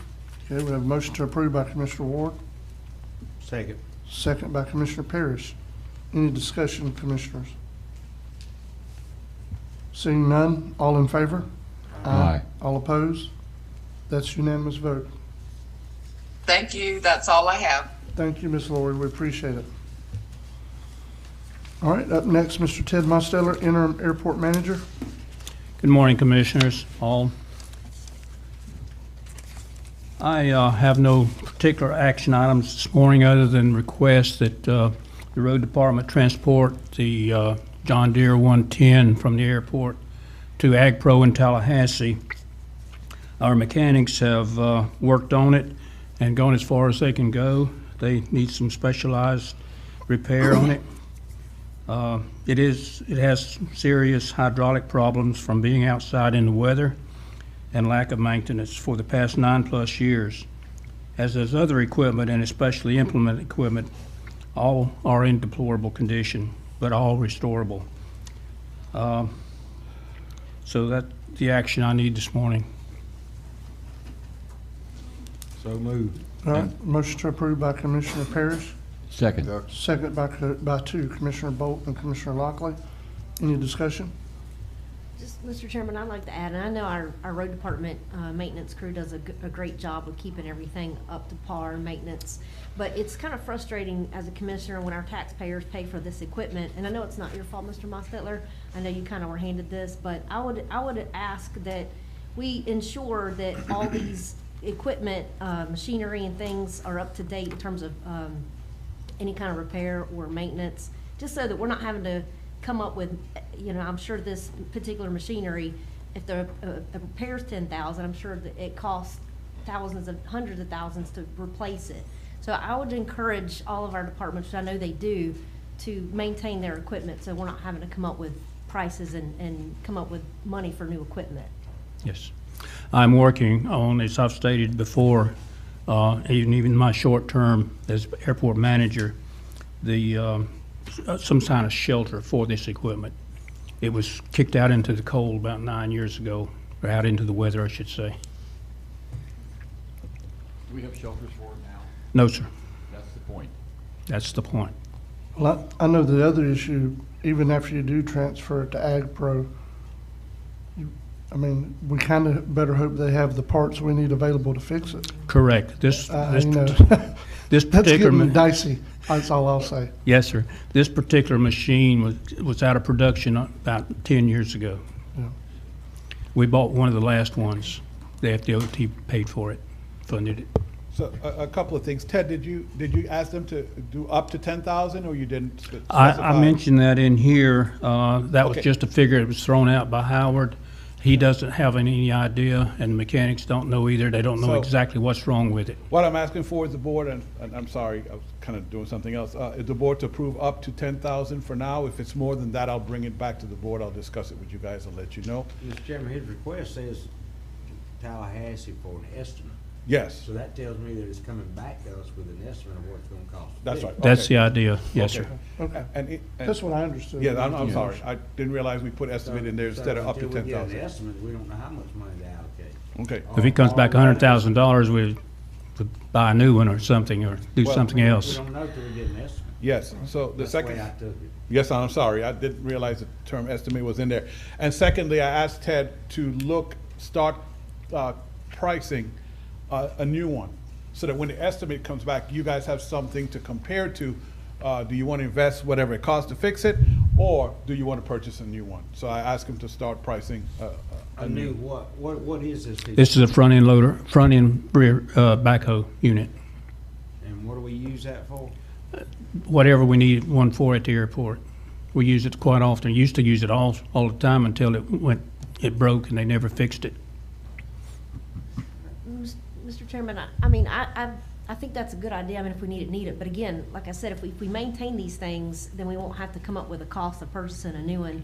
So to me, it seems like the most logical thing to do would be to make sure before we go and purchase a piece of new equipment, have something that can store it properly. So Yes. it's not in any inclement weather that could pose an issue with it in the future with it getting messed up. Yes, So Commissioner. I think that's the first step, in my opinion, but I mean. No, you're correct. So what Ted and I also talked about last week is him pricing the cost to enclose and expand the pole barn that he has out there now, so it can house all the equipment and house it from the weather. So that's a few things that Ted has been tasked with doing as we try to get this piece of equipment up there to see how much it's gonna cost to fix. And like Commissioner Parrish just asked, which is a very good question, I guess even when the estimate comes back, we have to decide what exactly do we use it for, how often do we use it, and that will also determine whether we should fix it or purchase a new one. So you're correct in asking that question. Absolutely. I mean, you just answered the question. We Yes. use it all the time, but it was kind of a broad answer, so what do we use it Yeah, back specifically, for? what do we use it for? Yeah, where Yes. we don't have contractors coming in doing work, what do we use it for? Yes. I don't know, he says we use it all the time. If it's been tore up all this time, then we ain't been using it all the time, so. Yeah, you kinda need to know what the equipment's being used for and how we gonna store it, like you said, Michael, to keep this from being a reoccurring event here. Mr. Chairman, Mr. Ted, is this machinery used to help clear the runway for safety? for our It could planes? be, yes. Whatever you need, it's a smaller version of the backhoe, front-end loader backhoe. I might add that at the moment, AgPro has a 310 advertised for $89,000. It's a used one, but almost new. But that's just for your information. I mean, can I say something? Yes, you can. I just don't understand that DOT, where you get that money from? Where you get the money from? That's who paid for this machine. Okay. They can give you. Matter of fact, they paid for all the machinery we have at the airport. Exactly. They give you $89,000 to $100,000 for a piece of equipment and don't give you nothing for a bond. They just let it sit in the rain, sit in the storm, sit in everything. Well, when I was during my tenure, I'm sorry, go ahead, sir. It needs to be secured under something like Commissioner Ward said. Yes, sir. Need a bond. Back during my first tenure as airport manager, I had it in a building, but it's been out ever since, for the last 9 years. I think they had it in hangars, in a hangar somewhere. It was in a hangar, yes. And what happened, they needed to use a hangar for the purpose the hangars were designed for, but they did not, as Ted is referring to, they did not make good plans to store it and protect it once they had to move it out the hangar. Yeah, that was. But they get, now they can, I mean, you can cover them things up. Them bonds don't cost that much.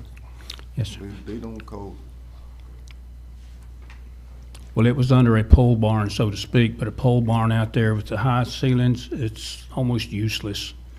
Least little wind will blow the rain in. Of course, the sun shines in from different angles, so it needs to be enclosed.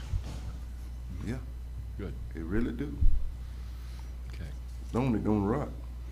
Still rot too. I'm particularly concerned about that high lift.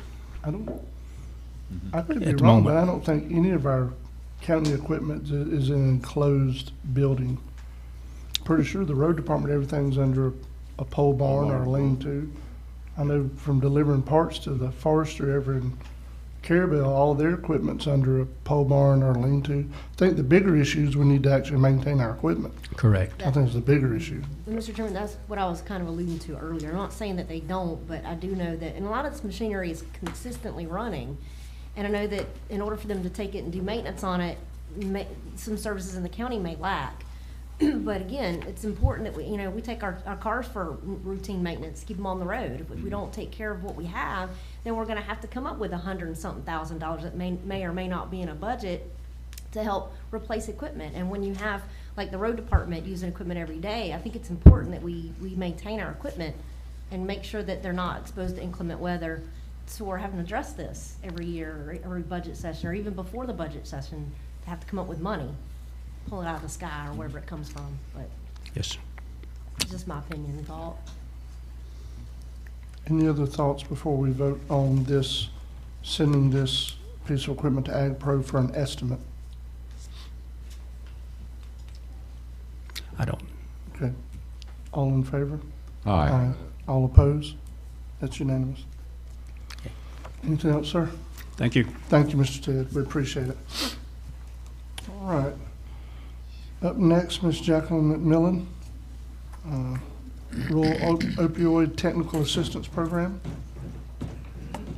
And just the arrow, 2 arrows, change it. I think. Should be simple enough. We'll see how. Sure hope so. Good morning, Commissioners. Good morning, Mr. Chairman. I thank you all for allowing me to be here today, and I'm going to try to rapidly go through this presentation and share with you information about opioid harm reduction. My name is Jacqueline McMillan. I'm an assistant professor in social work in the Department of Social Work at Florida A&M University. I am working today in my side job, and that is with the Rural Opioid Technical Assistance Grant, which is, grantee is the Florida A&M University's Office of Cooperative Extension Office. And so basically what we're doing is going around to all of our rural counties and sharing with you opioid presentation about harm reduction strategies.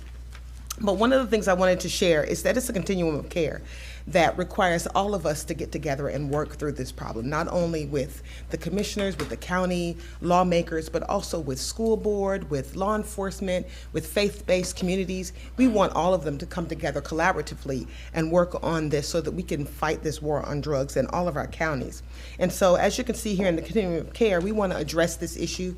We want to provide training and technical assistance, which is what is a part of the ROTA grant. It's part of what is required of the ROTA grant is for us to do that in all of these counties.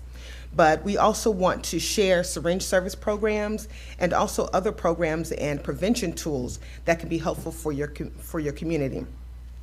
One of the statistics that is just profound, that is not even listed here, but it's one that I want you all to remember because it's one that I truly remember. It's 100,000.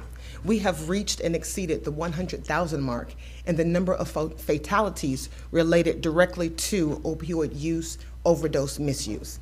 And that's one of the things that is astounding to me because we think about car crashes, we think about violence, we think about murders, we think about COVID and all the things that affected there. And this is one preventable fatality that I know is preventable because we have certain strategies and prevention tools that we can use within our counties. And one of the things I wanted to mention has to do with naloxone. And I don't know if you all have ever heard of naloxone, but one story that I heard when I was going through the training is that one person who was using drugs had access to naloxone, which looks like an inhaler. And this person was in a facility, in a place, not a facility, in a place where others were also using drugs. And someone overdosed and stopped breathing. And because this person who uses drugs had naloxone, they used that in order to revive this person. And that's a profoundly important thing for me. And I hope it's profoundly important for you all as well, that our communities need to have access to tools like naloxone so that lives can be saved. It is so important for all of us to recognize that tools like naloxone, tools like the syringe programs, look, my technical skills are failing me, but tools like the syringe services, those kinds of tools in our communities makes a difference and saves lives. What will this cost the county? Because that's one of the things that you always think about. What is this going to cost us? Approval of a memorandum of understanding so that we can collaborate through our county influences, through our stakeholders. What will we do? We will train and provide technical assistance for opioid harm reduction strategies. We want to put street pharmacists out of business. We want to save lives. We want to bring about awareness of opioid use and how dangerous it is if it's not used properly, or if access to those things are given to the hands of young people or given to those who could have an addiction possibility. And so we want to make sure that everyone is aware of what's going on in our communities, and we want to do that together as persons who care about those communities. One of the things that was mentioned in another, or requested in another presentation that I did, and I did want to just share this information with you, is that sometimes people think that they would be in trouble if they use drugs and they tried to help someone. But there are laws for overdose prevention, and there are laws for Good Samaritan laws in Florida that actually protect people who want to help save lives as well. And I just wanted to mention that because sometimes people want to have hands off because they're afraid of being in trouble for actually assisting in these possibilities. But we want to save lives. Only the living can choose to live drug-free. And we want to enhance the well-being of all those who live in this beautiful county. So I can send you all our memorandum of understanding for your review, and you all, if you all have any revisions, you can share that with me, but I'm hoping that you all will approve this so that we could work together to fight the war on drugs. Thank you. Thank you, Ms. McMillan. Does anyone have any questions for her? Sorry. You Y'all good? got an office here? I was trying to run away. Yes. Any questions? So if somebody wanna talk to y'all, how they contact you? I will give that information to Mr. Marone, and you all will have the access to that. Mr. Chairman? Yes. Let's have that memorandum of understanding also have a co-signature of our sheriff's department. I think this is extremely complimentary for what we have going on here, and I want to be sure you have an avenue of specific access to land this valuable tool where it counts, and our sheriff's department is one of the very beginnings. Absolutely. Yeah, I think the way they would look, they would just ask for a memorandum from the sheriff's department. Yeah, I know. As well, I think. Just being emphasized. Yeah. That's what she asked for today? Yes. Yeah, we have one drafted, and I just wanted to come and make sure that all of the line items are appropriate for that, and so we certainly have no problem with adding the sheriffs to that. We have the county on there, and myself is working with FAMU, and we can add sheriff as well to the memorandum that we have. That's right. No, the county's, the chairman's signature will be fine. What we'll have to do is sheriff just review it and know that, you know, he's aware of it. Because I'd rather that we keep it clean and keep between FAMU and the board and county commission. Sounds super. Yes. I just wanted to dramatize that a little bit. It's so important. We'll have him, because he did reach out for your information too, so he should be contacting you. Excellent. at some point. Okay. Thank you. It's been a pleasure. I'm gonna make a. So we should have it at our next meeting, or? Yeah, so she'll memorandum? send me the memorandum of understanding. I'll have it on my report at the next Okay. meeting with the attorney's review for your approval. Okay, go ahead, Commissioner. That works. That's what I was gonna do. I was gonna make a motion, we do that with the attorney approval reading it. Okay. All right, to have it back in the next meeting, is that what you're saying, Commissioner? Yeah, have it back at the next meeting. Okay. Would that be too early? No, sir. That's All right, excellent. so we have a motion to approve that, coming back to us to the next meeting, Second. and we have a second. The motion was by Commissioner Lockley, the second by Commissioner Bolt. Any discussion, Commissioners, before we Yes, vote? real quick. Yes. Mr. Morone, would that memorandum of understanding be sent to the commissioner Yes, so that we can review that? yes, most definitely. I'll send it to the. As she was talking about the naloxone, is that how you pronounce that word? Naloxone. Okay, but you were saying that individuals need this. Or is that what I understood you to say? Right, and so what has been happening in other counties is that the law enforcement community has been provided with them, as well as entities that work in the health field that actually work with persons who use drugs. And so they actually give them to persons who use drugs. They actually have them in their health centers wherever they're used. And so a community can actually be inundated with these tools that they can use to help those who use drugs. Okay, my question is if you provide them with a way to revive somebody, say there's 3 of them doing drugs and one of them ODs, the other people can take this. Is that not encouraging them Right. to take And see- the drug and and say, see, well, that's- you know, we ain't worried about it because we got naloxone, so if one of us ODs, then we just go and save the person. Is that, I mean, from I a different do, no. perspective, does that not encourage them to use drugs when they know they have something that would It's keep them- the similar with all prophylaxis in the that same are way used. with the syringe program? It's the same way with I the mean, you're syringe giving free programs, the same way syringes, with. clean syringes to someone who injects Yeah. herself. So are you not encouraging? It I seems. know the right. bottom line is saving lives. I understand that. Right. But on the other perspective, are you not encouraging people to use drugs when you give them free, clean syringes or naloxone? So if we're three of us sitting around doing drugs and one of us ODs, well, we got something right here to help. I mean, is that just another perspective? But I guess that's the way you have to do it to save life. Prevention tools are often seen that way because of the fact that it seems to send a message that we want you to use these drugs, we want you to do that. What if they don't have it? Then What you if they lose don't life. have access to it? Then we're losing lives. And so we are on the other end of it. Rhoda is on the other end of it, that there are other groups, there are, programs such as, AA and other things to help with other processes, the treatment, the therapy that people have to go through. We're about saving lives where those lives are. And so as a result of that, what ends up happening is that if a person loses their breath, they are out of breath, because you know how opioids work is that they're painkillers. And so in order to stop you from being in pain, you lower someone's heart rate and you lower their breathing. But if you're overdosing, you stop the breathing. And so what we're trying to do is get people to continue to breathe so that if they are alive, like I said before, if they're alive, they can make those positive choices in their lives. And what ends up happening when you do give naloxone to someone who is overdosing is that a lot of the situations are that I'm still alive. I need to make better life choices. Can they do that if they aren't here? And so that's where I am. That's where my heart is that you cannot make better choices in your life if you're not here to make them. And so that's why we support tools like naloxone.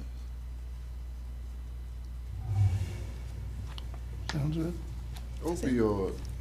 Can I say something? Yes, sir, go ahead.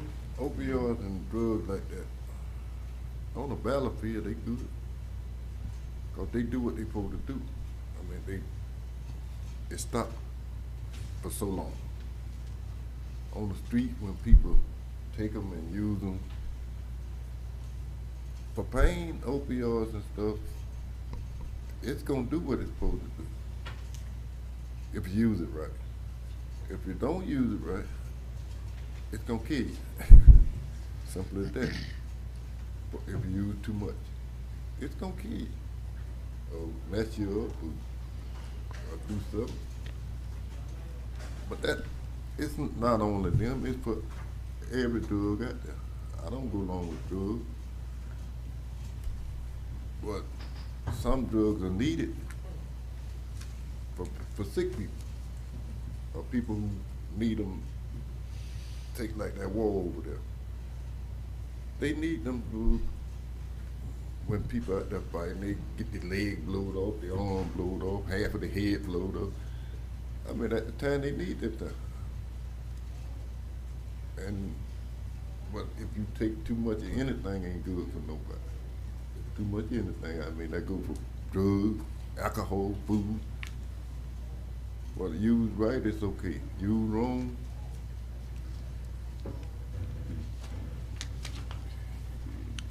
I only have one more question, Mr. Miller. So naloxone, that's the same as what we call Narcan? Yes, Okay. it is. Okay. I just want to make sure.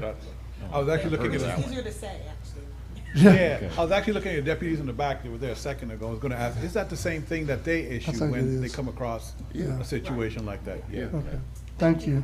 Good. All right, so we still have not voted, correct? We have not voted. Okay. Thank you. All in favor? Aye. All opposed? That's unanimous. All right, so up next, Mr. Quentin Eastberg from the Appalachia Regional Planning Council. Good morning, Commissioners. Can you all hear me? Yes. I want to thank you all for allowing me the opportunity to join you all virtually today. I've had a youngin' that had 104-degree fever overnight, so I'm playing daddy daycare from the home office today. So I appreciate you guys allowing me to have that accommodation. But with that being said, I have one item for you all today. The Appalachia Regional Planning Council is looking to put in an application for a community planning technical assistance grant. This is through the Department of Economic Opportunity. I'm sure the county is familiar with this funding source. Counties are eligible applicants for this funding as well. The very long story short, we're looking at applying for a regional broadband project, like planning project. So we understand, it all has to tie back to economic development, and broadband being a very hot button topic these days, and especially with a lot of the funding that's coming down. The councils is kind of identified that the need for broadband is having some of the background information going into that funding cycle from the feds is important to have that base level. So we want to, obviously be able to help our counties, be in a position as best we can. So we're looking at doing, to go after that funding. So we're looking at doing kind of a regional across all 9 counties of the ARPC. It's kind of just a generic broadband project. Our economic development manager, Caroline Smith, is the one who's heading that up. And I'm kind of here for the request for the letter of support. But the applications are due next week. There's a very tight turnaround. It was about less than a month, but when they open the announcement to when it's due. So we kind of scrambled, and Mr. Marone has a kind of a template letter of support. I can briefly hit, it simply just says, Franklin County would like to express and support ARPC as an applicant for this CPTA grant. It's to conduct a broadband planning project on behalf of the 9 counties that comprise the Appalachia region. By taking a regional approach, the project will serve to align broadband efforts taking place at the state level through the DEO's Office of Broadband, and then of course at the federal level as well. Broadband, I think, is a vital activity, to both advance, implementation, importantly, enable local governments to access federal funding, et cetera, et cetera. And then simply just a letter of support. There is no match requirement on behalf of the county. So there is no financial obligation to the county. And again, we're just requesting a letter of support for that. I'm happy to answer any questions. I know I don't want to take up too much of y'all's time, but I'm happy to answer those if you have any. Yes, sir, go ahead. Didn't Senator Osby get that bill paid for the broadband? I don't think, Quentin, this isn't the same thing that the legislature was taking up with broadband, is it? Is something slightly different? No, sir. This is actually through DEO's Community Planning Technical Assistance Grant. So the proposal is to leverage, basically come up with a regional broadband plan, if you will, so that we can access some of those funds. Senator Osley is kind of, and some of those other federal dollars. So a lot of it, as we understand it, you kind of have to have a plan in place to be able to utilize those funds. So this is kind of where, trying to meet that bridge kind of between the two. I got it. So basically she passed the funding, but we need to have a plan to have access to those funds. It significantly helps your application when you go apply for those funding. If you've already identified your key areas, what kind of broadband are we looking for? Satellite? Are we looking for fiber optic? What is the county's plan behind that? So you can identify, how to go after that broadband implementation. Okay. I got it. So, Quentin, would the anticipated result of this technical assistance grant have anything to do with mapping, or is it just, again, having something in place to help the counties go after funding for broadband? The exact scope is still being fleshed out. Okay. I expect there will be a mapping component. Full disclosure, a lot of we've been working on a couple of planning projects for broadband already in Liberty and Wakulla counties through the RIF grant. That we've been doing some feasibility studies there, and we've come to find out that a lot of the infrastructure is proprietary. A lot of these folks that have the main ISPs, the internet service providers, are very tight-lipped about where their services are. So the mapping has proved a little bit more difficult, but there's a resource out there called Fiber Locator that we've been able to get a couple of maps from them to kind of have an idea of where, like, what they call the backbone. You know, there's a backbone that runs across I-10 that gets from one point of the state to the other, and then off of there, you know, they tee off and then come south and so forth. So I believe there is some fiber that we've been able to find that goes down 65, I think into Franklin County, if I'm not mistaken. And it's just a matter of, I believe it's dark fiber right now. It hasn't actually, the switch hasn't been turned on yet. They might, I think that's through Unity, if I'm not mistaken. And that's, I think they're either still building out or they're waiting for an ISP, because Unity, as we understand it in our research, only performs for local governments or large businesses. So for the residents of the county and so forth, you would need a CenturyLink, a Comcast, you know, someone like that to come in and then, I guess, rent that line on them, they pigtail up. So mapping, to answer your question, Commissioner, I believe mapping would be a portion of that to identify you know, unmet needs and identify the needs of where we want to put that. There's several schools of thought between, between doing a fiber to the home. Obviously, that's fiber directly to the house, which is the most effective. There's fiber to nodes, which would be essentially, let's build out the fiber to our important places, say, you know, the emergency operations center, the school, the library, the local government. And then from there, you know, folks that can come from the county to those nodes and access the library and so forth, with the eventual expansion to the home. So, and then you also have the idea with, you know, towers that, you know, repeat every 10 miles or so. So there's options out there. And I think this project would be used to kind of determine how that looks moving forward, so that we can go after, or the county can go after the funding from the feds. Okay. Well, if we gonna do this, we need to cover the whole county. Oh, yeah. You know, we don't need no dark spots. We need it all over.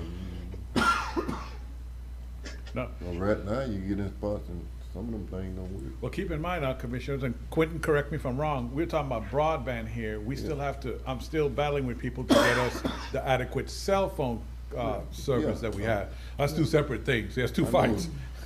Yeah, you talking Right, about this right. thing here. Yeah, this is the internet, yeah. You talking about the internet. Yeah. But we still need it all over the county, because you got kids staying way up in Sumatra to the edge of the county. Mm-hmm. And if another COVID thing break out, they had the school thing on this thing here. Yeah, Commissioner, I mean, that's what a lot of your libraries, it's actually used for the internet for the kids to get to do their homework. If you, sometimes on the weekends, you'll drive by, you'll see them outside parks. They're not hanging out. A lot of them are using the free Wi-Fi to do their homework. So, yeah. But if we got, them ain't got no access to cars and they up there close to Sumatra, they can't walk. But if we're gonna do it over the whole county. That's the plan. So did we ever have a motion on this at all? I'll make We a haven't. motion. Okay. I have a motion to approve by Commissioner Ward. Second. Second by Commissioner Bolt. Any discussion?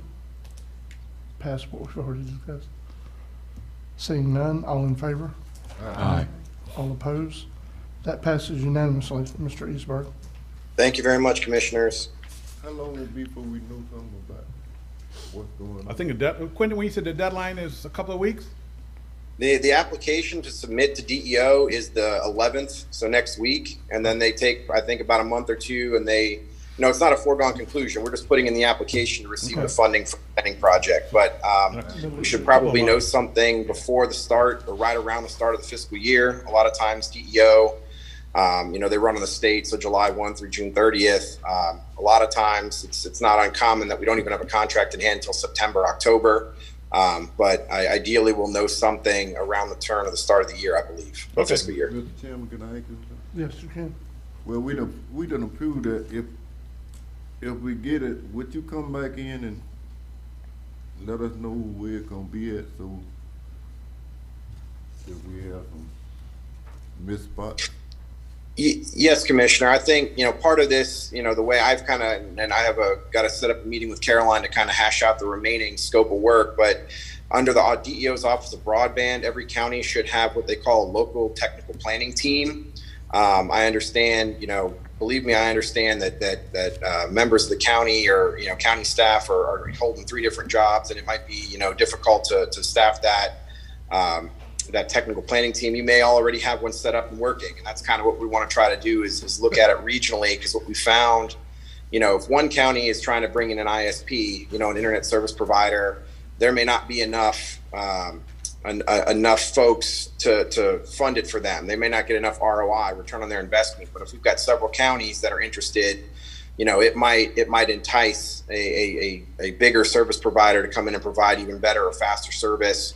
So that's kind of the viewpoint that we're looking at it, is coming at it through regional lens, so we can go after more reliable and quicker and faster internet speeds for a better funding, a better price for the consumer.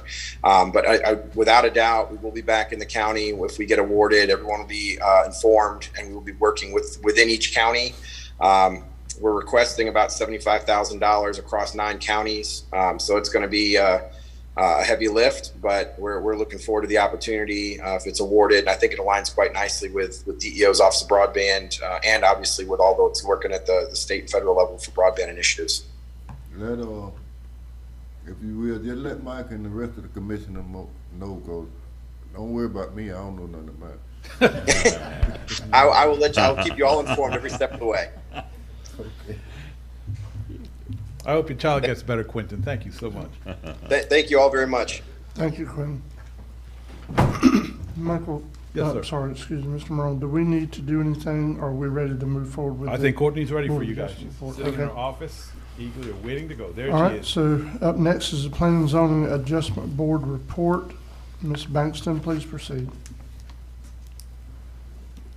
Sir, can y'all hear me okay? Yes, ma'am, go ahead. All right, so the first thing I have is a variance request for 2251 Highway 98 East.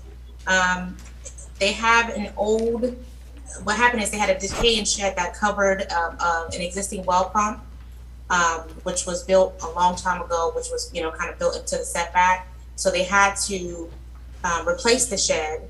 And actually with the new shed, they're actually putting one side of that into compliance. So they're only needing a variance on one side to, continue to cover their well pump. And the PZA board did recommend approval for it. Okay. Pleasure of the board. So move for approval. All right, motion to approve by Commissioner Bolt, second by Commissioner Lockley. Any discussion, commissioners? All in favor? Aye. All opposed? That is unanimous vote. Thank you. Next, I have a critical shoreline application, which is the consideration of a request to construct a single-family dock with a lower platform and boat lift at 2374 Highway 98 East in Lanark Village. The request was submitted by Eric Sider, applicant, and the board did approve this. So move for approval. Motion to approve by Commissioner Bolt, second by Commissioner Lockley. Any discussion? All in favor? Aye. All opposed? That is unanimous. Please proceed. Okay, and last but not least, I just have a lot reconfiguration application for 1788 Highway 98 West. The request was to configure 3 lots, which were previously 3 lots a long time ago, but they were just reconfiguring them and bringing them back to 3 lots. The request was submitted by Chris Langston, agent for Victoria Conrad. This went back to P&Z a couple of times, and the second time he actually was in compliance with what the board and zoning requirements were. It was contingent upon verification of Carabel Beach Drive being a county maintained road. So I did contact the road department, and it was determined that that is a public access. Okay, pleasure of the board. So move for approval. Second. Motion to approve by Commissioner Ward, second by Commissioner Lockley. Any discussion? Seeing none, all in favor? Aye. All opposed? That passes unanimously. And Commissioners, if I may, Mr. Chairman, Commissioners, I know usually at the first meeting you don't have P&Z report, but this was a carryover from last month where we had to reschedule last month's meeting. It was later in the month. So you will have, we have P&Z next week, Tuesday, and then you'll have another report come our next meeting on the following Tuesday. Okay? Just want to bring that to your attention. Okay, so let's take a 5-minute recess and get ready to open the bids and come back and do yours and Ms. Griffin's report. Yeah, thank you, sir. Recess for 5.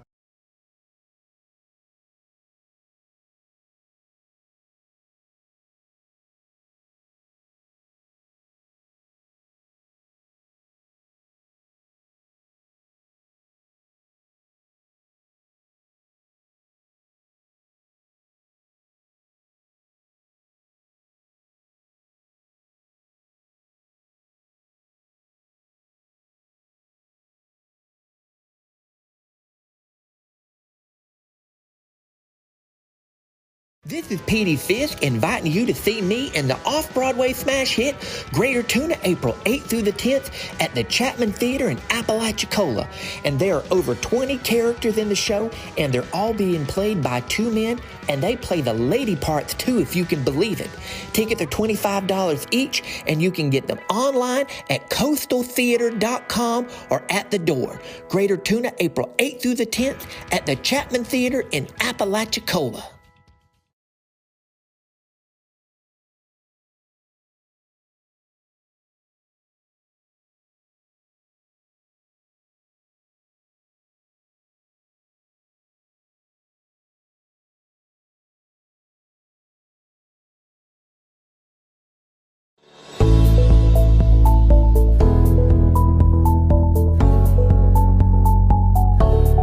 David Newton.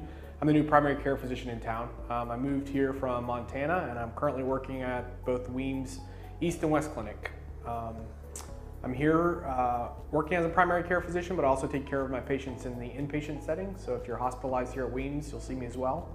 Or if you need to rehab after a significant event and you need to participate in our swing bed program, I'll also be taking care of you. Even though I only work in the Weems Memorial System, I'm actually employed by Tallahassee Memorial Physician Partners. I'm the Franklin County branch.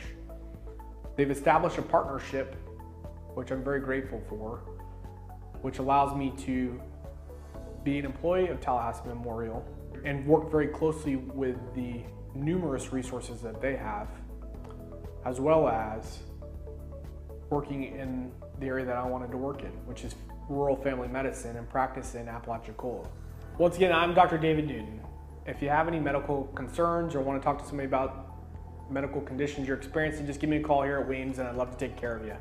If you see me out in public, I'll probably be carrying around a little pug named Dr. Pepper. We'd love to talk to you. So just stop and say, hey, what's up? And I'd love to have a conversation with you or just shoot the breeze.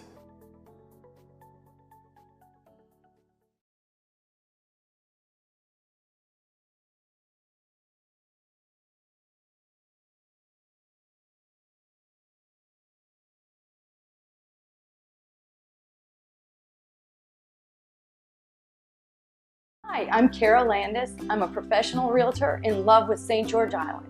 When my husband and I and our dogs moved here in 2002, it was the beginning of an adventure that has never grown old in a community that is amazing. If you're thinking about moving to St. George Island or investing in our world-class real estate, then this community will be as important to you as the sand and surf. Well, Kara to me is much more than an agent. She's become a friend, and since we bought the house, we've needed work done, and she knows everybody there is that can help us with that. One of the key elements for the historical growth and value of St. George Island real estate is the fact that it's a great place to vacation and to live. The beauty of the Gulf of Mexico with its white sand beaches and blue sky has always been a magnet for me. It was love at first sight. As your realtor, I can help educate you on the various aspects of buying and owning coastal properties. From taxes to coastal setback lines to where to find the best oysters, it's all part of being your realtor. Too often our friends tell us of it being a hardship to buy a house, and the agent was gone as soon as the closing. We've had quite the opposite experience with Kara. If you're looking to buy or sell real estate on St. George Island, I'd love to work with you. Please call or text me at 653-7753.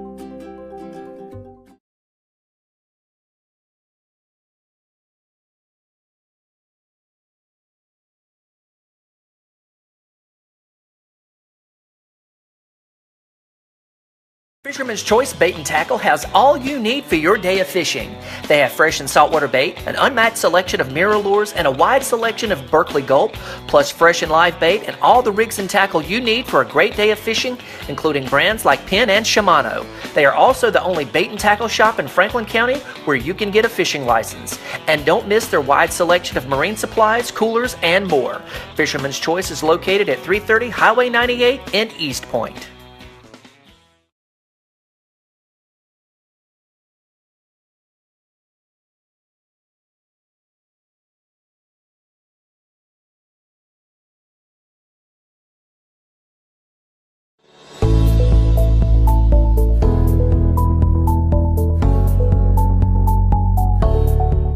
Working towards various telehealth programs where we might be able to sit down and talk to specialists one-on-one so we can get on the same page with clinical direction, wound care, endocrine, nutritionists, psychiatry.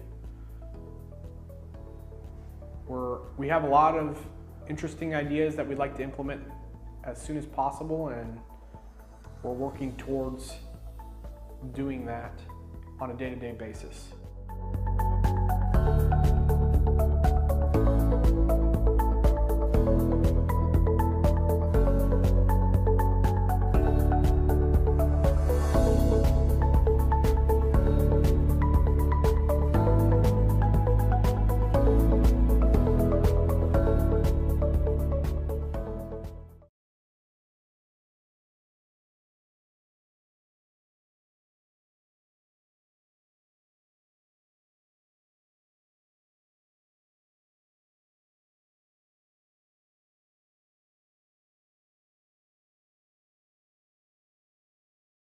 It's Captain Finn here, your favorite captain, by the way, and I've got some big news for you. You can now watch me on Roku streaming TV.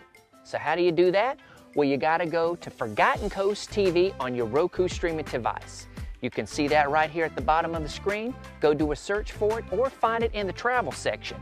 Now, Forgotten Coast TV features programs about our beautiful piece of paradise right here on Florida's Forgotten Coast. So make sure you add Forgotten Coast TV on your Roku streaming device and watch me, your favorite captain, Captain Finn, on How to Forgotten Coast like a local.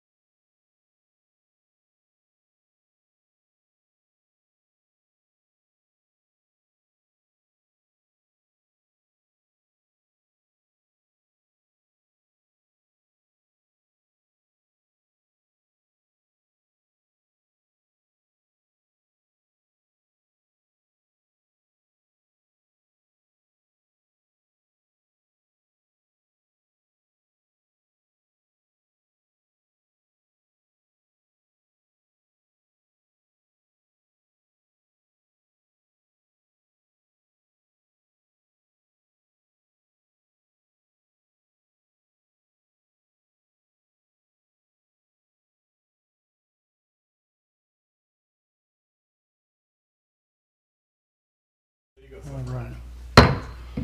Franklin County Board of County Commissioners now back in session. Up next, we're doing a bid opening. One thing quickly before we go to the bid openings, Ted forgot to inform the board about an airport inspection and why he won't be here at the next meeting, correct, Ted? Okay. That is correct. It'll be next meeting during the morning. Okay. So it's Starts at 8 o'clock. It's the FDOT airport inspection, correct? That's correct. Okay. Licensing inspection. Just Thank you. honorable mention. Yes, sir. Put that Thank in the you. record. Okay. All right. All right. Aaron, what am I opening? Okay.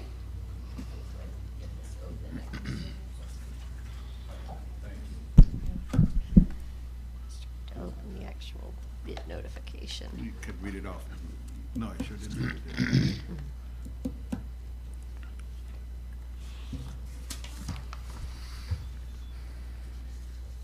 Okay, they don't have quite the summary, do they, on this thing? Okay, this project is for the Fort Coombs Armory new automatic fire sprinkler system and paint stabilization project. And this project's being funded by a mixture of a grant from the Fire Marshal's Office, Hurricane Michael insurance proceeds, and also TDC sales tax revenues. We don't quite know the exact mix as of yet, but it's all gonna be based on construction costs. They have two envelopes. Let's see, in front, they say this one is your bid, this is your bid bond, and your Okay. list of stuff. Okay, the first one is Cook Brothers Incorporated from Midway, Florida. Oh, this one is the bond. And the bond, the bid bond is here, but they said the bid, they said that's the bid. No? That can't be right. Okay, let's see, the base bid is $969,000. And the alternate one bid is $30,000. So the base bid, $969,000, and the alternate bid is $30,000.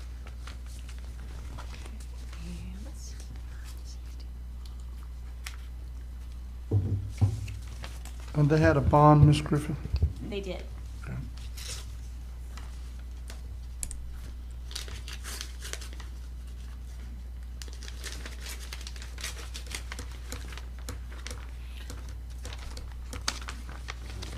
Your name is up front. This next one is Ram Construction and Development from Midway, Florida. I think I gave you the bid bond and the list of contractors first. Apologize. Yep, and the bid bond is present. There's the bid. Okay. Their bid is, the base bid is $989,000, and the bid alternate one is $60,000.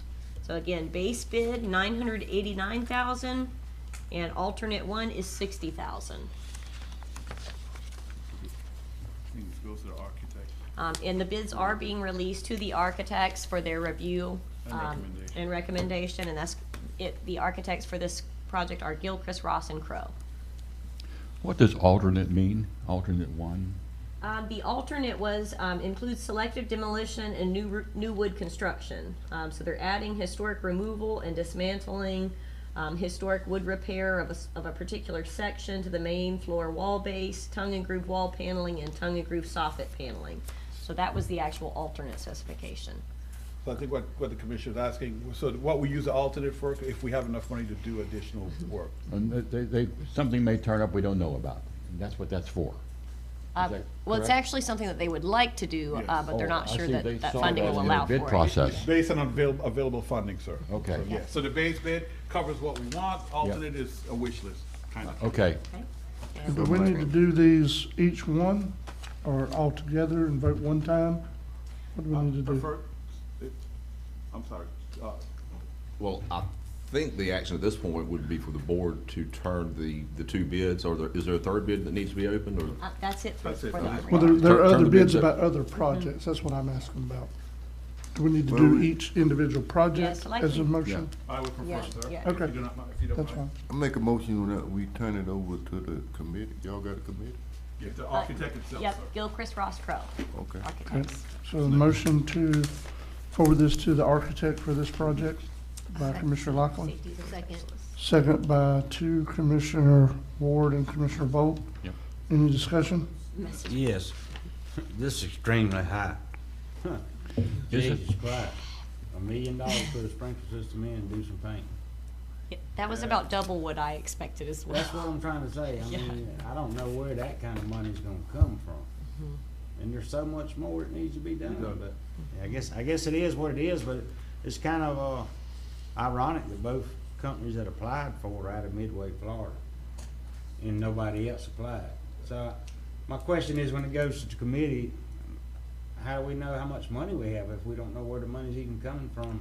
Well, we do know how much our grant award is, and I will say the grant award is only about $250,000. And the insurance proceeds are how The much? insurance proceeds are about $80,000, if my memory serves correct. So we had anticipated a smaller amount coming from TDC sales tax proceeds, and definitely not that type of money coming from there. So that's going to be something that the Tourist Development Council would also have to decide upon. So when we send this to the architect, it'll come back with a recommendation, but his recommendation is gonna be who we need to go with, right? His recommendation could be who we need to go with, or it could be, maybe he thinks that they're high and we need to go back out for bids again. So that's something that he'll make that determination. Okay. And, Mr. Chairman, regardless of the recommendation from the architect, the board always reserves the right to reject all bids and rebid if that's what the board thinks is the appropriate thing to do. I mean, Mr. Chairman, I thought the sprinkler system was around $400,000. Yeah, we had anticipated about Because a lot of $445,000. like the water pressure that we need, all that's already been done. That was done by Mr. Emo when he was here. So all that, we got enough water pressure coming out of the city water lines and all that's been done. We done paid for all that. Yeah. So we're looking at $600,000 to do painting? Is that? It's high to me as well. So. Anyway, we'll send it to the architect and see what comes back. Okay. Jesus Well, I can Christ. take my motion back. No, we'll send it to him and see what he comes back with. I'll make sure he's aware of the board's concern of the high, the cost, the two bids. I mean, it's just. Well, when we first, can I say? Yeah.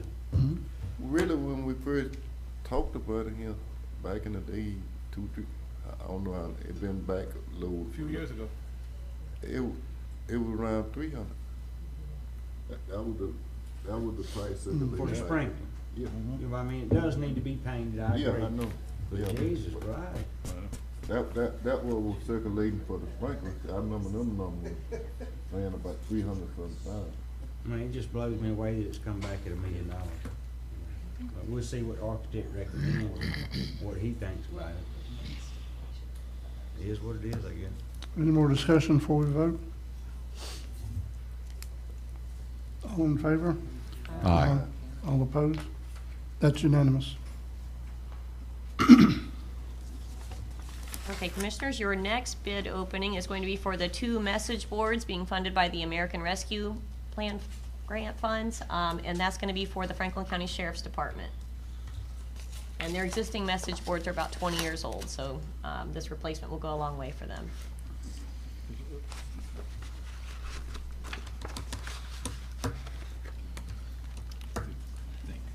Okay. Okay,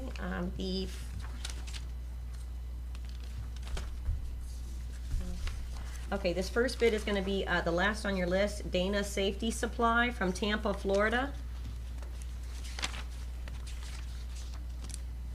And their cost is $31,524.58. Again, $31,524.58.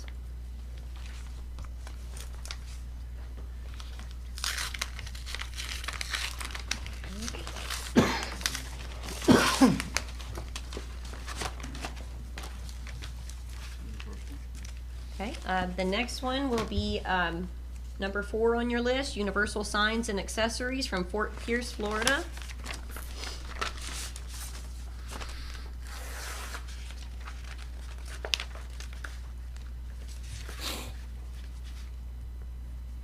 Okay, their cost for the 2 message boards is $16,110.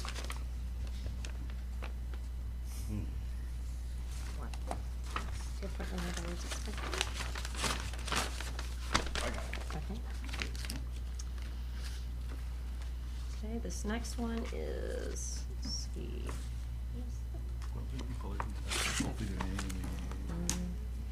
Okay, third on the list, Transportation Solution and Lighting from Coconut Creek, Florida.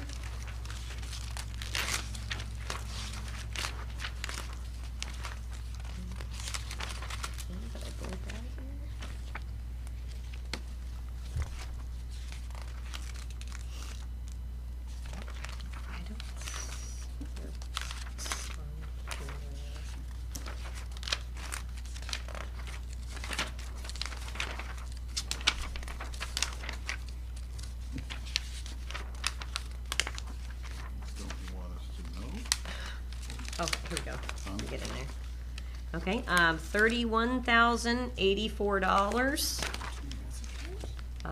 Again, $31,084. I do see a notation on here, shipping not included, and is an additional $1,300. So that's something that the Sheriff's Department is going to have to evaluate to make sure that the low bid is in fact the low bid on these.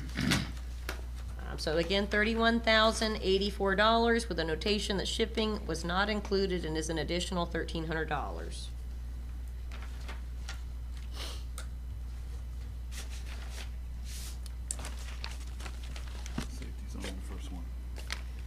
Okay, this next bid is from Safety Zone Specialist from Lakeland, Florida, and that's number 1 on your list.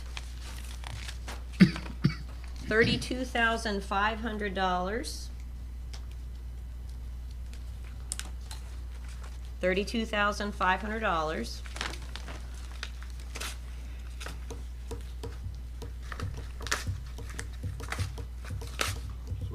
Government secrets. What's the staples?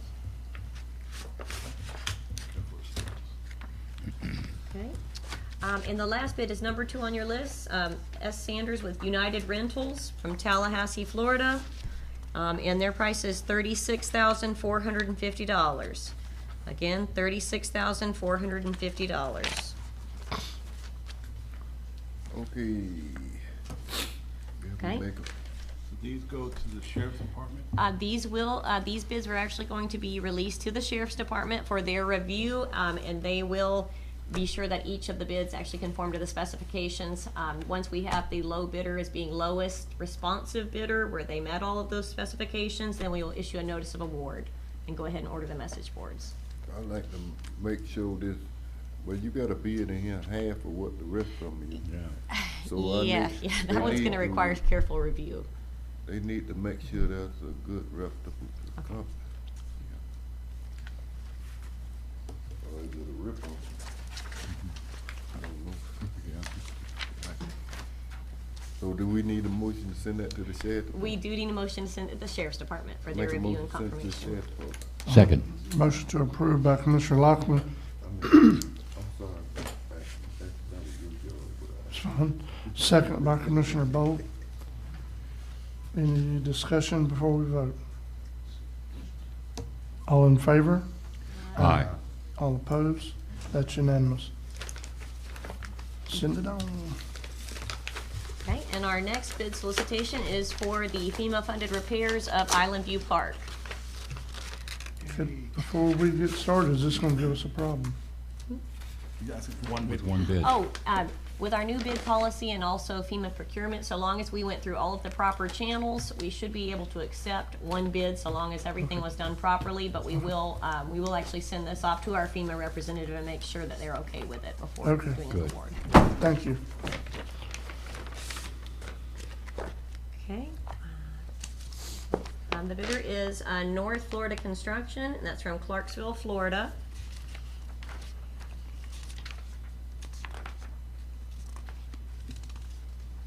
Excuse me, you said 10 million and what? Didn't say that. No. Didn't say that. Okay.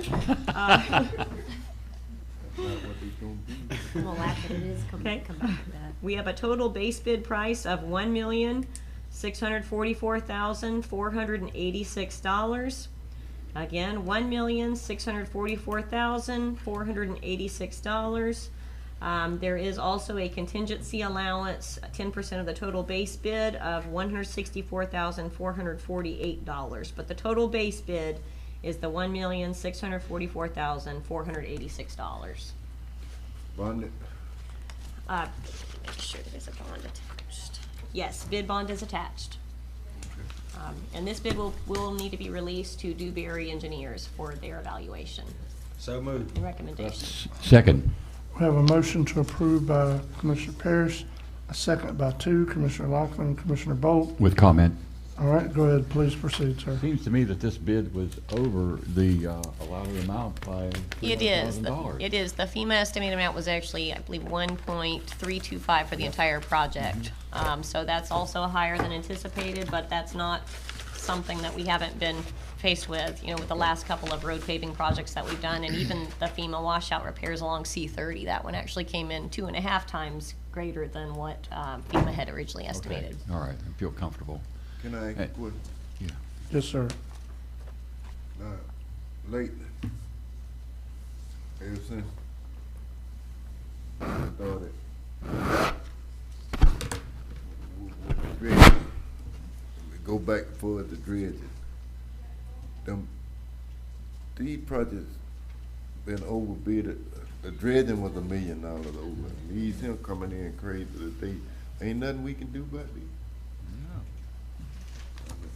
It's actually the construction industry across the board. You know, residential construction is experiencing the same thing. It's some strange times that we're in. And interestingly, on this, we had a pre-bid conference there at Island View Mhm. Park, and I think three Yeah, companies, yeah, there was- three guys showed yeah, up 3 to 4 representing their companies contractors. to look at the Yeah. project. Came down to just one guy. Mm-hmm. They didn't even bid it. That's all. The other two didn't bid. They walked away.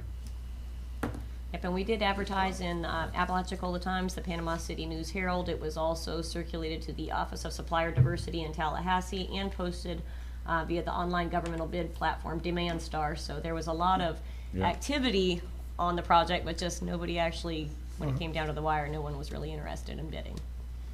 And we actually are sending notifications out to all the local people that have currently done jobs with the county. Well, I know stuff done got high, but I didn't think it got that high. Yeah, what it is.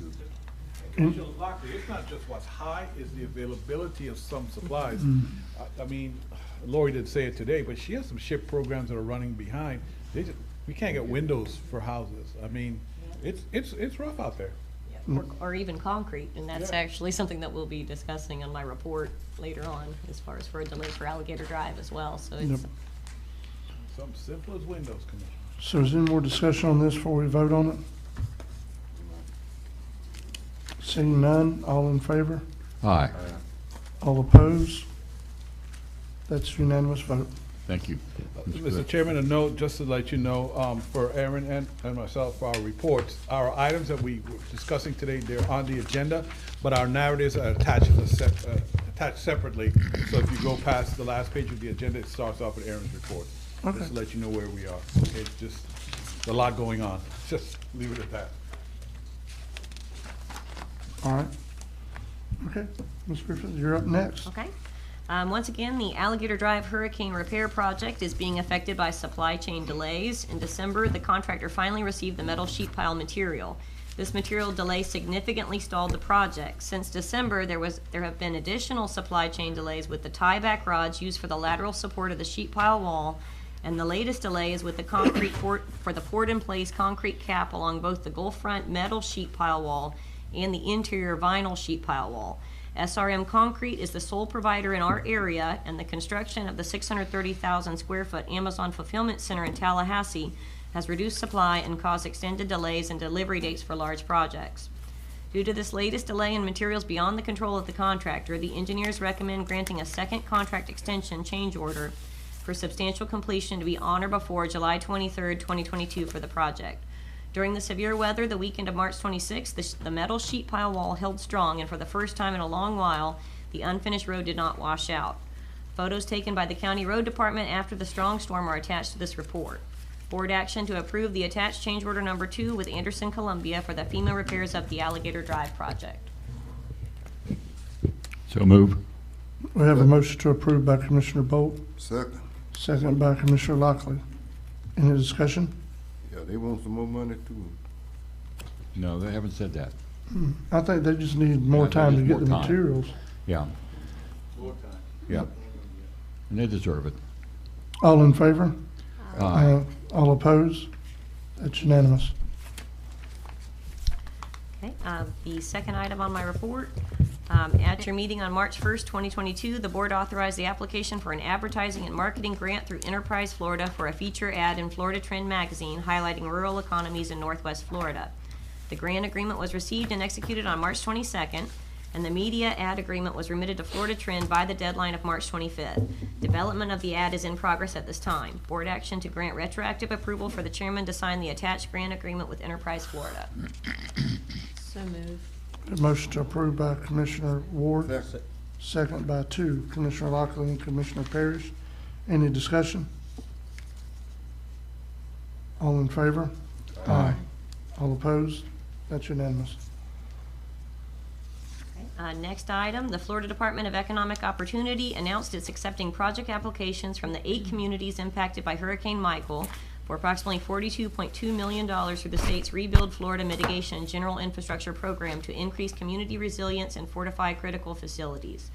All projects supported by this program must meet one of 2 national objectives and provide adequate supporting documentation in the program.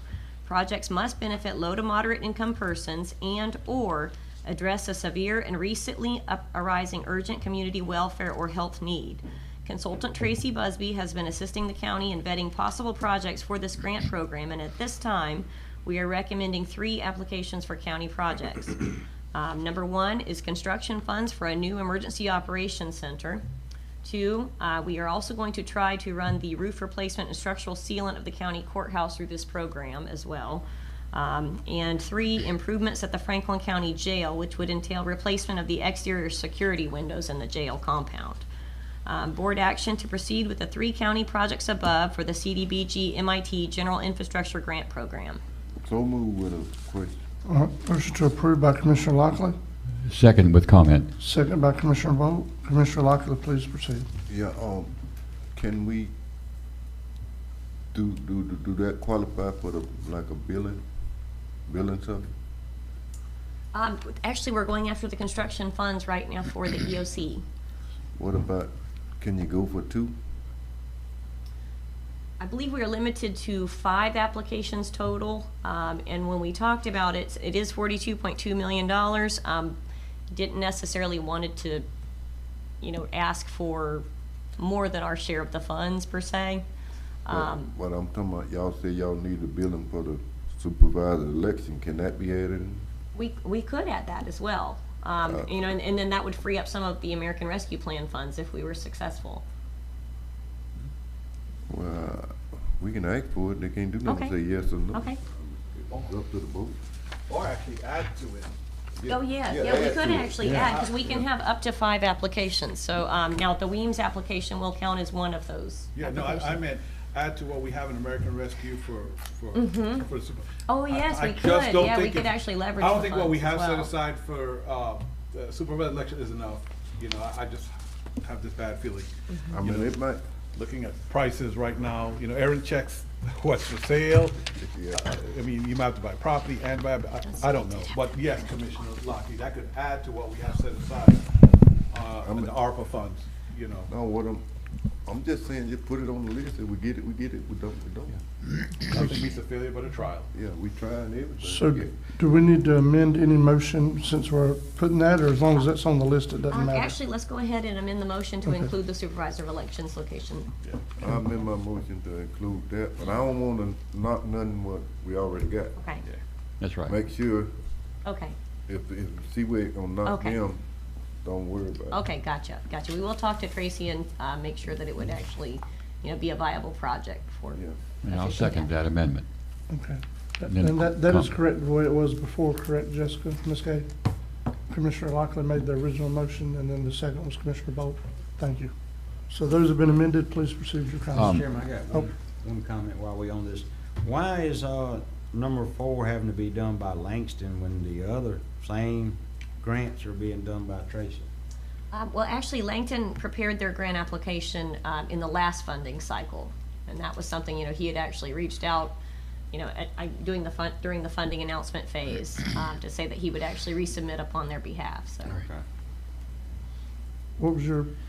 just looking at the rich amount of $42 million, and not to sound greedy, and observing the fact that you do have your request in priority order, and we added another priority with the supervisor of elections.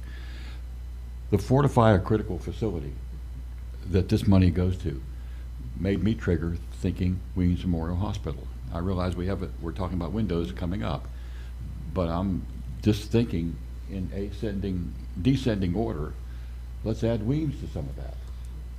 Would that be too greedy, or This just let's gets us try to it? 5. What we currently have gets us to 5. Is- 5 is the cap that they've given us. We got 3. 4, 5. And supervised elections is 4, Mhm. and Weems could be 5. Weems is 5, There's already sir. one for Weems. Yes. That There's we're one gonna for talk Weems about on the next. There's actually a window replacement. Oh, that's what you're gonna do in project. item number 4, to talk Mhm. about that. Yes. Yep. That'll come out of this money too? Yes. Mhm. Oh, Same way. okay. Yes, sir. Yep. Good. Just a different person helping us pursue the grant. I see. Okay. Potentially. Okay. Yep. All right, any more questions before we vote on these 4 items? And Ms. Busby helping us with this grant application? All in favor? Aye. All opposed? That's unanimous. Well, with one or two different people doing it, they do the same, they be checking with each other. I don't know if they do or not. Oh. But There I'm- won't but I'm be much sure, interaction. I'm sure the Yeah. people doing the funding are checking to make sure we're at 5. Yeah. I'm almost positive of that. I mean, they're on the same page. Well, there it is. So the next item, is it appropriate? I do have public comment from Ms. Donna Butterfield about our next item. Do we want to discuss it first, or just have her do her comment first? What's proper? Typically, we take public comment first, but Okay. I- Go ahead, Ms. Donna Butterfield, please. My name is Donna Butterfield. I'm here to speak about the grant application for windows and generators at Weems Memorial Hospital. You approved this grant application back in September of 2021, specifically for replacing the windows and purchasing generators for the hospital and clinic buildings. With much difficulty, and thanks to persistence of Michael Marone, I received a copy of the grant application. Thank you, Michael, because your CEO was not cooperating. What struck me immediately, this is the grant application that you approved for windows and generators. Please select which eligible activity that best describes the proposed program. They checked, Langston checked, public facilities such as emergency community centers. Later on, they said it will help to harden the facility so it could be used as a future storm shelter. The facility already has beds, a food prep area, and restrooms to serve as a great shelter for the residents of Franklin County. As you all know, we don't shelter in Franklin County, we evacuate. When I contacted Michael, he said that the state would never allow Weems to become a shelter in place. When I contacted Pam Brunell, she was shocked at the wording. And part of the summary said, this project will address an unmet need to serve as a storm shelter for the area. This is unequivocally false. It is a flawed grant application, and that's the closest I'm going to come to the F word, fraud. Okay? Now they want to come back. Oh, they got paid $5,000 for this grant. There was communications between David Walker and Mr. Langston. They admitted that this was not really accurate, but Langston said, I think we can get by with it. No mention of revising, correcting, or being ethical. So now, after they got their $5,000, they're coming back and they want to do it again for another $3,000. I strongly ask that this be looked into further, that the lawyer of the county is able to peruse this grant application that's to be resubmitted to make sure that it's not fraudulent. And why pay the guy another $3,000? He already got $5,000. Any questions of me? I think you summarized it pretty well, Ms. Donna. You can tell I feel kind of strongly about this kind of thing. That's fine. And Okay. That's, yes, ma'am, we understand. Thank you so much. Yes, ma'am. Brought out some good points. She did. I want to ask a question before we proceed. Could we not attach it to, as a separate motion to the one we're doing with Ms. Busby for the windows and the generators? You could. You know what I'm saying? Instead of, I mean, given some of what's, anyway, I don't know the veracity of any of it, but given what's been spoken, if it's even a hint of being there, yeah, that's a bad deal. You know, because we're not going to shelter in place in Franklin County. At least I'm never going to sign nothing as a part of this board saying it's okay for you to shelter in place. You know, not when a storm's coming. I'll make a motion that we ask Ms. Bubba to handle all this. Yeah. And don't use Langston if they, I didn't know they were putting that kind of word in there. No, And it's weird. the state don't allow Franklin County to shelter. I mean, it's against the law. Yeah. And one thing about this application is the application is going to have to change going forward because the 2 generators that were included in the original grant application have been funded by an HMGP grant. Right. So that's a 100 kilowatt generator actually for the Carabel Urgent Care Facility and a 250 kilowatt generator for the hospital location. So the windows. And the clinic up front. Yeah, Yes. and the windows are actually going to be more of a standalone issue. Right. But with that being said, you know, I looked at the amount that was submitted in the grant last year, and I didn't feel that was sufficient. So I had actually emailed Langton because the minimum project size is actually $500,000. And one thing, when you start replacing windows at a hospital, you do have to involve ACA, and then also an architect that's actually going to specialize in healthcare facilities. So you know, that amount, I feel pretty confident that we're going to be over 500,000. I mean, we just opened bids for an armory sprinkler system that were, you know, much more than that. Yes, because you guys should remember, well, most of you should remember when we had to replace the roof at the hospital, how extensive that goodness, was. yes. We had to move people out, I had to come and do an inspection before we could move everybody back in. Yeah. So, A yeah, lot of dust control, a lot of, I agree that that's not enough for the yeah, window replacement. yeah. So would it be appropriate for us then to, I'll just put it this way, I'd entertain a motion to add this as a 5th item for Ms. Busby, and then we'll hear back from her, if that's a no-go for her, to address the window situation at Williams Memorial Hospital. So moved. All right, we have a motion to approve by Commissioner Parrish, second by Commissioner Lockley.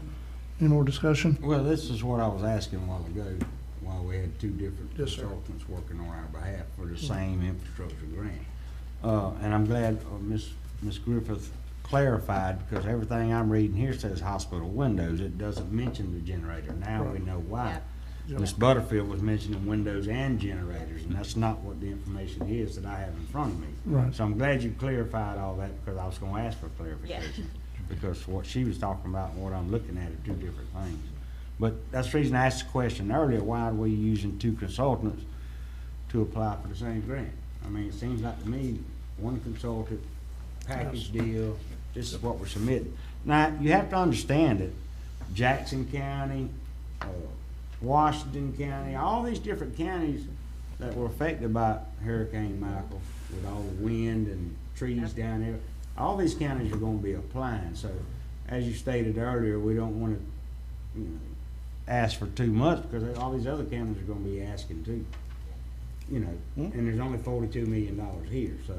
And Bay County would actually be somebody that we were actually competing against, so. Oh, absolutely. Yeah. And, you know, but we'll take what we can get out of this thing and move forward from there, you know?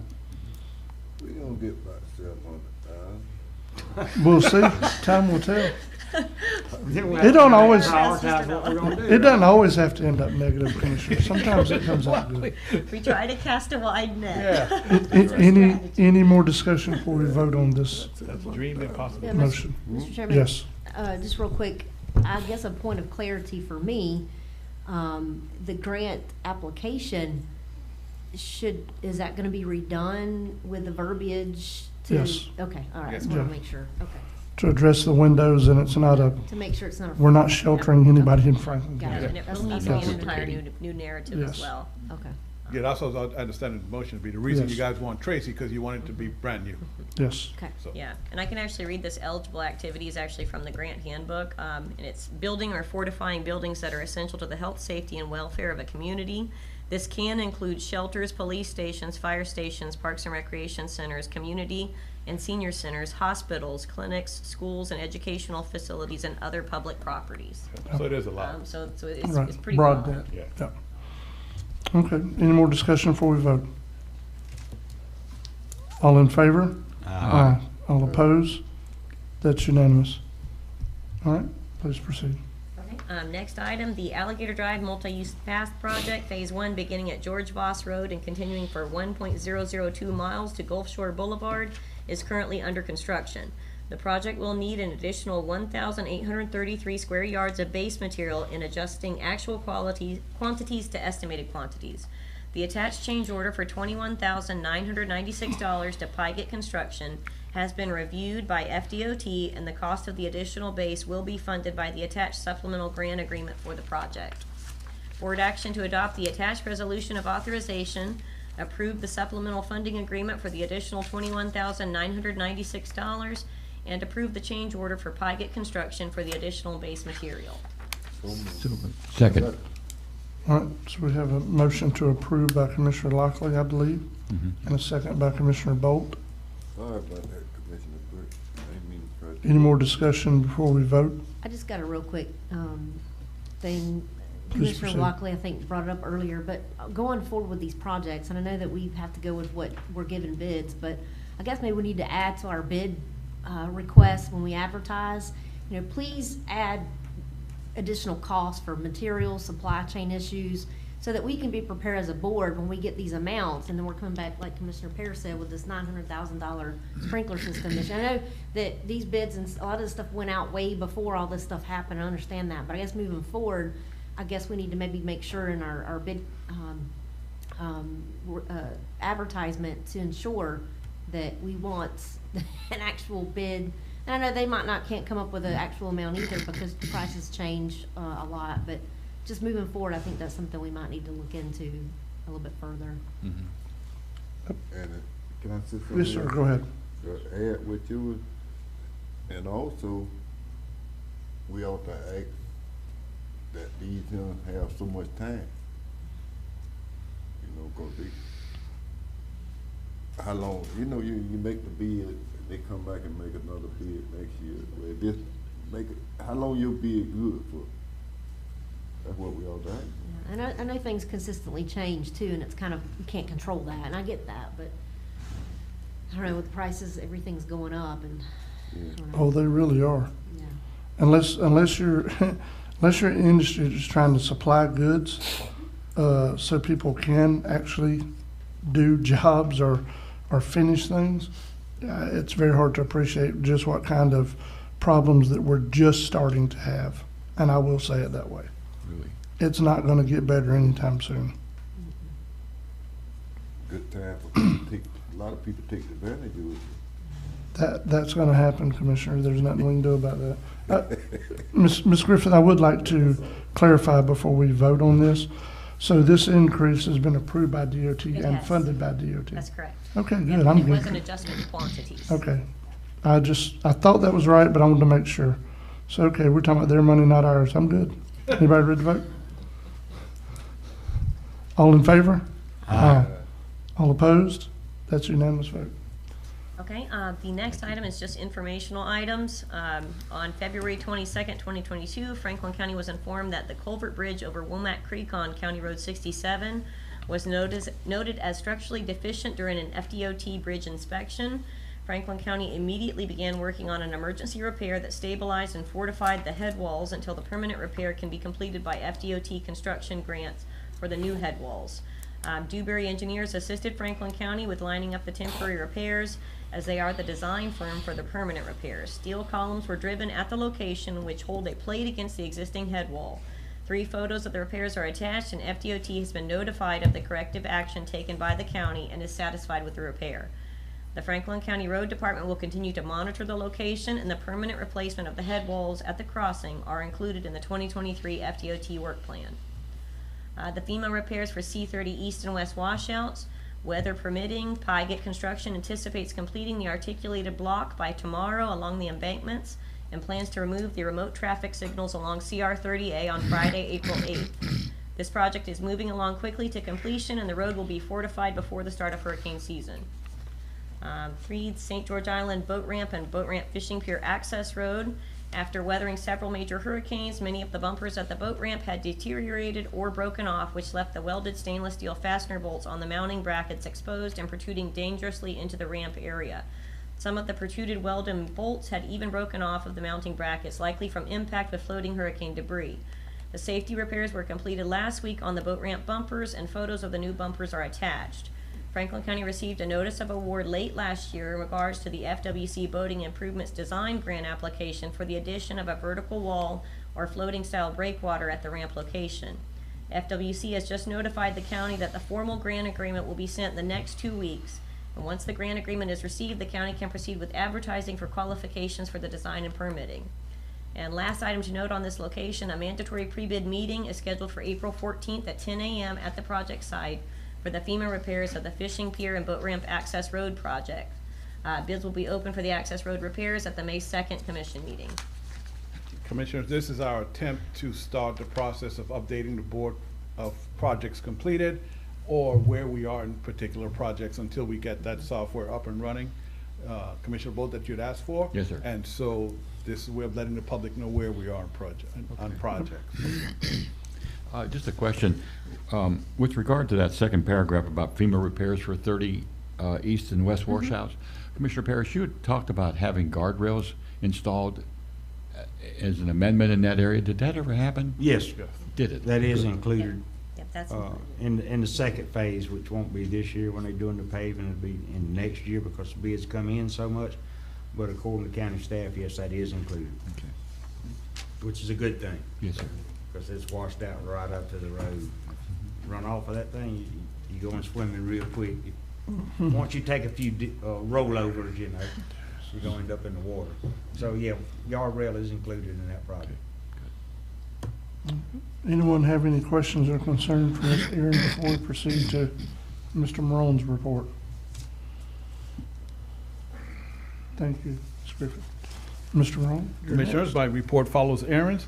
Item A, on Saturday, March 26, 2022, I was notified that the Lanark Village Fire Department, volunteer fire department, was paged from the Sheriff's Dispatch Center and notified over the Everbridge emergency notification system to respond to a vehicle fire. It was a vehicle that was being towed and it was on fire. No one from the Lanark Village Fire Department responded or showed up on scene. That's what the report says from the Sheriff's Department. Starting March 28, I tried to contact Chief Curry and Michelle Lawson, who I've been told serves on the Lanark Village Fire Department Board of Directors and is Chief Curry's sister, using phone numbers provided to me by Commissioner Bolt, including sending a text to the chief's number. In addition, I contacted Chief Carl Whaley of the Carabel Fire Department, Chief George Pruitt of the East Point Fire Department, and the Sheriff's Department dispatch for any additional contact information or assistance they could provide. I also asked Sheriff Smith to have his deputies drive by the fire station in Lanark, and if anyone was there, to have them contact me as soon as possible. None of these options resulted in any contact with a fire department representative. Today's 10 days since Sheriff Smith's dispatch requested assistance from the Lanark Village Fire Department, and there's been no contact with the chief or any other fire department representative. Commissioners, the Board of County Commissioners is responsible for the health, safety, and welfare of the public, which has been said many times today. Having a fire department that does not respond to calls or cannot be contacted for any extended period of time, Commissioners, is not acceptable. Mr. Chairman. Yes. I've been intimately involved with this since last fall. As Commissioner Parrish pointed out during that time, our fire departments in this county are volunteer. And the Franklin County Board of Commissioners has no authority to go in there and micromanage volunteer groups. They are responsible for their own responsibilities. And so there has been a lot of anecdotal recommendations, even a concerned group of concerned citizens for the Lanark Village Fire Department has formed their own potential board. But we have not had any specific, pivotable, documented fact until this testimony right now, where we had a law enforcement officer who requested fire service and it didn't happen. And this now is, in my opinion, is the pivot point where we can now begin to start looking at the use of the MSBU funds for Lanark Village St. James Fire Department. And I have a secondary point here, but this issue cascades with all the other issues that have happened historically and currently, where we've had no response from the fire chief or his other folks that are there, through text, through email. I've even gone to their home and talked with the fire, tried to talk with the fire chief and was ignored, that type of thing. But now we have the responsibility to take charge of this MSBU funds. And that would be the point about that. Second point is, perhaps we ought to talk about the second point after we talk about the MSBU funds. And let's go from that point. So we have a couple of fire departments that are open to mutual aid, and I want to recommend we talk to Alligator Point as well as a backup for the non-responsive Lanark Village right now. And I guess we're talking about dispensing the Lanark Village MSBU funds based on these facts to the other fire departments temporarily. I'm not talking about doing away with the Lanark Village Fire Department at all, but I am talking about management of the money right now. Mr. Chairman. Thoughts? Mr. Chairman, if I can add, Commissioner Bolt, I did reach out to the chiefs in my district, particularly one of them, and I don't know how to say this. For one, if you're responding from Carabel or Alligator Point, that's a pretty long drive. I know. To get to an emergency. I know. So they were concerned about that. They did offer up, obviously, mutual aid, but I don't know if any other department is interested in obtaining the MSBU funds to be responsible for a whole nother entity. Obviously, right now, they'll obviously serve, but as you said, they're volunteer, Mm-hmm. so there's no guarantee if anyone's going to be available. And I know that I don't really want to say this because I don't want to see it happen, but as we move forward, we might have to eventually look at a county paid funded fire department. I hate to say it, I don't want that, but our community, the volunteers are few and far between. They are volunteers, and I appreciate all of our volunteers. But as time moves forward, we may not have the option for volunteers. They may not be available anymore.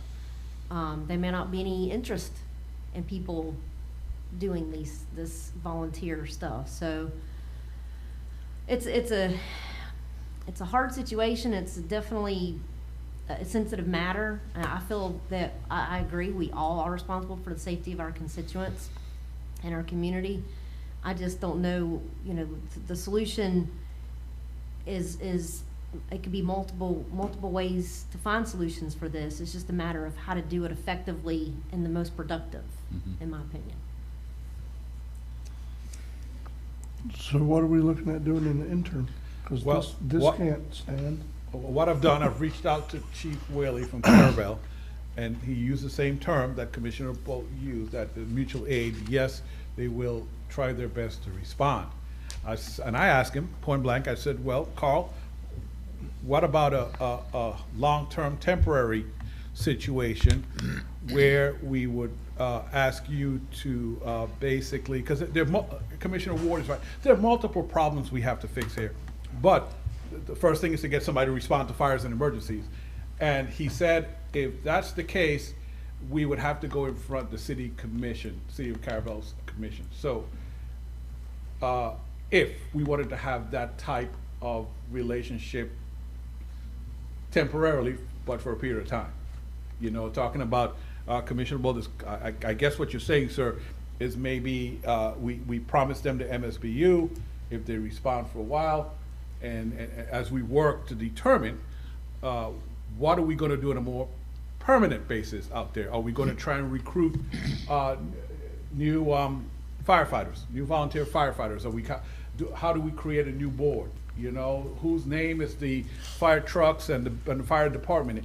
All that has to be worked out. But right now, Chief Whaley said, yes, Michael, you know, we will respond. But I told him I would call him back after this discussion kind of flushes itself out to see what role we would like him to play on a temporary basis, but a longer temporary basis. That's where I'm at the moment. I just I really need the board to have I need some direction from the board. Which way do we want to go? I want to know, okay, what is our way we stand in the deal?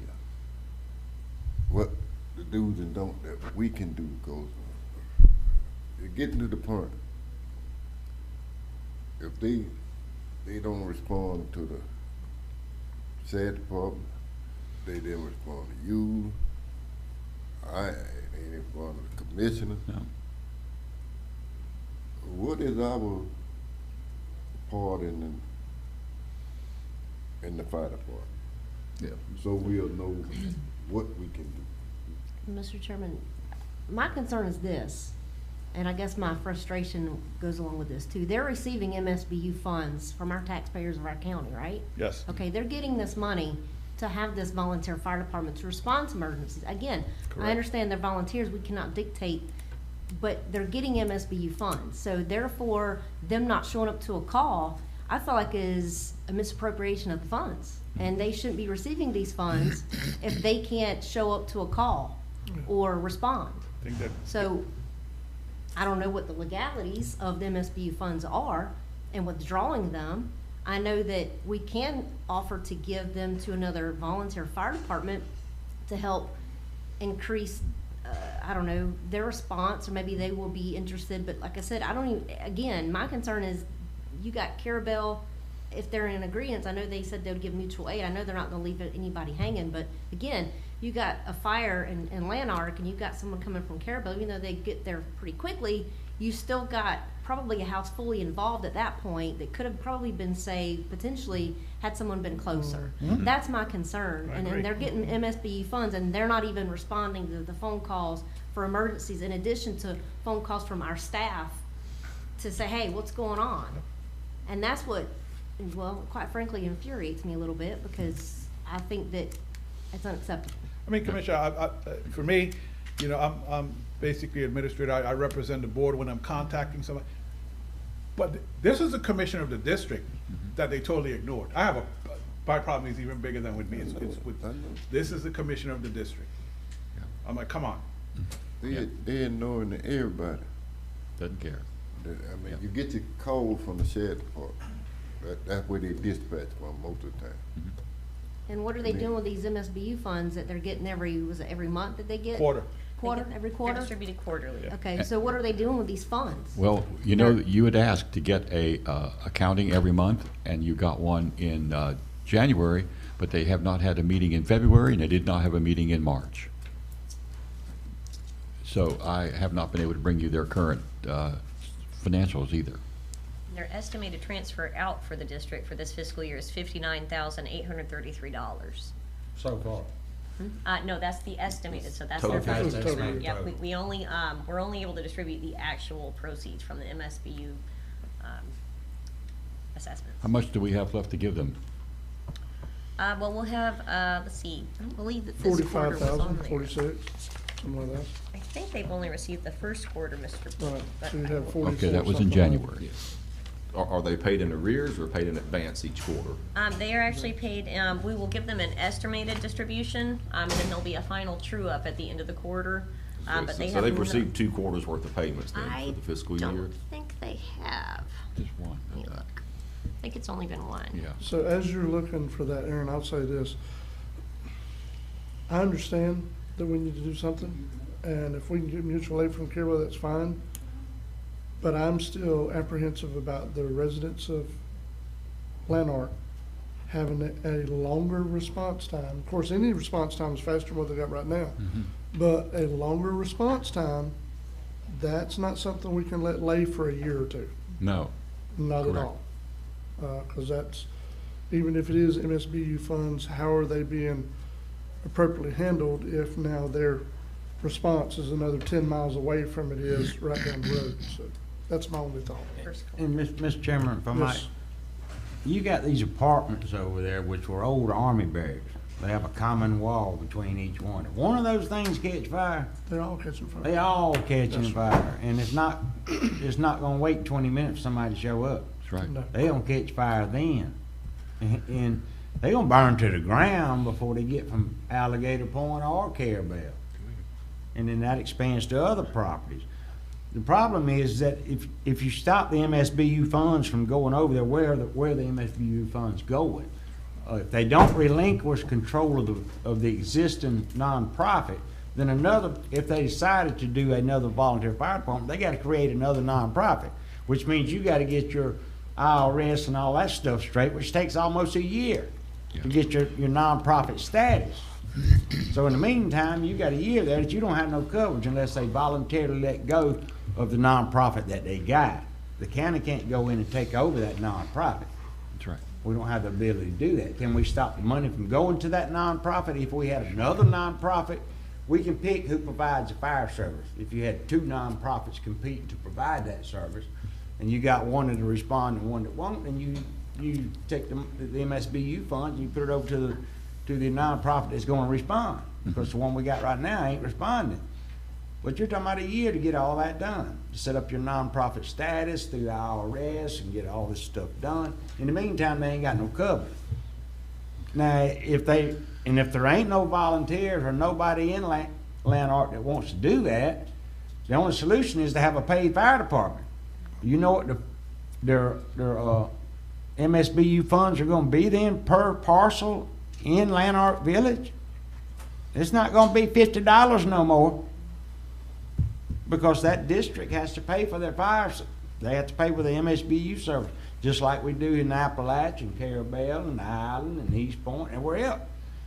So that's going to go through the roof, because nobody over there wants to volunteer and take control of this thing.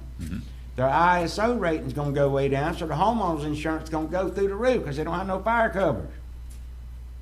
So, which way do we go? I don't know. But those are your options. You cannot just go over there and take over that nonprofit. That ain't the way it works. You can establish another nonprofit to compete with the one that's not responding, but it's going to take a year to do that. Because you got to file all this paperwork, and it's got to go to DC and be approved by the IRS. I mean, it's just a long process. If they voluntarily walked out of that thing and somebody else could step in, and we've had some people here talking about that, but they're 75, 80 years old. They can't run no fire department. They don't even know the statutes that required by the state of Florida to do that. These MSBU funds are supposed to be able to send people to training, provide the equipment they need to respond. These volunteers I'm speaking of, provide the training, which they have to have so many hours of training each year. All these different statutory requirements that these volunteer fire departments are bound by. I don't know if any of that stuff's been done in Lanark Village. I mean, I don't know, because I'm not privy to all the information. So it's a tough situation, but if you have to go to a paid fire department because nobody in Lanark Village wants to get together and do a volunteer fire department the way we do in the rest of the county, somebody's going to pay, and it's not going to be cheap. You're talking about $360. I know because I went and checked with the tax collector's office recently. All of the equipment over there is registered in the name of the nonprofit, which would make sense. Couple of questions, if I can, Mr. Chairman. Yes. Commissioner Bolt, I mean, as you said, you've been chatting and participating. Are there any groups of volunteers? I mean, even if there's a new board, because I know they had an election, and I guess there's some different viewpoints about what the outcome of the election, but are there volunteers that will come in, assuming that the current administration has just abandoned operations? Is there somebody to come in and take over the board? Sounds like we have a group of people that might be willing to do that. But what about the actual firefighters and the chief and the people that would respond? Do we have, I see you've got a sheet of paper. I hope it has a list of long names. I have things here. I attended the Children's Hall Tuesday night meeting on December 7th when a new volunteer board was designed and approved. And I have the paperwork that I think we should copy and look at. So this is a board that's standing by administratively, and they have told me they have about 12 volunteers that are willing to step up to the plate with this new board of administrative talent that's there. Okay, so this board was elected during a duly called election. I know they had an election. I remember that, and I remember there was some controversy with the existing board rejecting the election. But did the people vote in a new board or not? I mean, they that's did. The question. Yes, everybody. There was probably about 50 people that attended that night in Children's Hall. I was there. Okay, so if we have a new board and we have volunteers, then we do. Let me ask a question. I know where you're heading, Attorney Commissioner. I understand our Attorney Shu was asking you that board, do they represent the incorporation that runs the fire department now, or are they a separate board with no incorporation? There is a separate board with no incorporation. They're that's the not wannabe what I was the new board. understanding. That's not what I was understanding. Yeah. I thought it was an I election wanted to for the clarify. current. Definitely separate. So it's not like the David Curry and whoever was on that board kind of stepped down and said, No okay, way. you guys go ahead. No, it's a separate board that's not in any way representing the incorporation that Chief Curry's board represents. This is a new reset button. Well, the Chief Curry, the chief on, they board on the fire truck. Well, no, the corporation owns the fire equipment. It's not owned by the individual. The corporation is represented through the board. And so the question is, I know that existing board had an election, and I understand there's probably different viewpoints about what the outcome of that election was, but is there any way we can get information from what happened the night of that election? And I have it right who here. Is the board? No, I that's brought it for you. apparently a separate corporation. I mean, I think it's called the St. James Lanark Volunteer Fire Department. I think is the name of the corporation. I mean, the record says what it says, but that corporation was the existing volunteer fire department was scheduled to have an election, and I guess my question is, did that election occur for the new board? And if so, what were the results of that election? Did Chief Curry and that board, Commissioner Bull, did they have an election of their own? No, they did not. About that? I'm talking about the January evening that all that took place. It was a lot of loud noise and chaos. No, that existing board did not have a re-election of their own self, of their own staff. Mr. Chairman, I got a question. So this board that was enlisted in December, they come up their own little group versus separate from the group that's running the fire department now. And just so that I can understand what's going on here, they voted the new board. Now, this new board, does this board consist of, they have people that will actually go out and fight fires, feet on the ground, respond to emergencies, or is it just people to I don't know, do the administrative part of the fire department? Both. Okay. Administration, and they have testified 12 to 15 willing volunteer people to go out and fight fires. And then another question is, this new board, you have two different boards, and it's all under Lanark St. James Fire Department, right? No, only one. No? And that Apparently, what I'm hearing is there's now the current volunteer fire board, which is the nonprofit that we've been sending the MSP funds. There's that one that is so dysfunctional and not responding, and then there's now a separate second new corporation that's been formed that I think wants to be the new recipient of the wants and to that's be. My question is, you can't transfer, like they can't just swoop right on in and start receiving these MSB funds. They have to go through the process with the IRS and file for a new. They're not a corporation yet. I don't even think the chairman is right. I don't think the new board is actually a corporation. They're just a group of people that had elections and say, look, we're here and we want to take over, we would represent the fire department if we could, but That's legally, right. I don't think they can, Attorney Schuler, And it's- if I could Okay, say it that way. Does this second new group have any access to legal counsel that can guide them in how to properly form and elect a corporation and organize the corporation and then request that the county transfer fire services over to them? Because I think that's at least one step that should be examined. That And was then- my question too, was can it be transferable, not to interrupt you, Attorney Schuler, sorry. Can they be, I mean, it's under the same entity.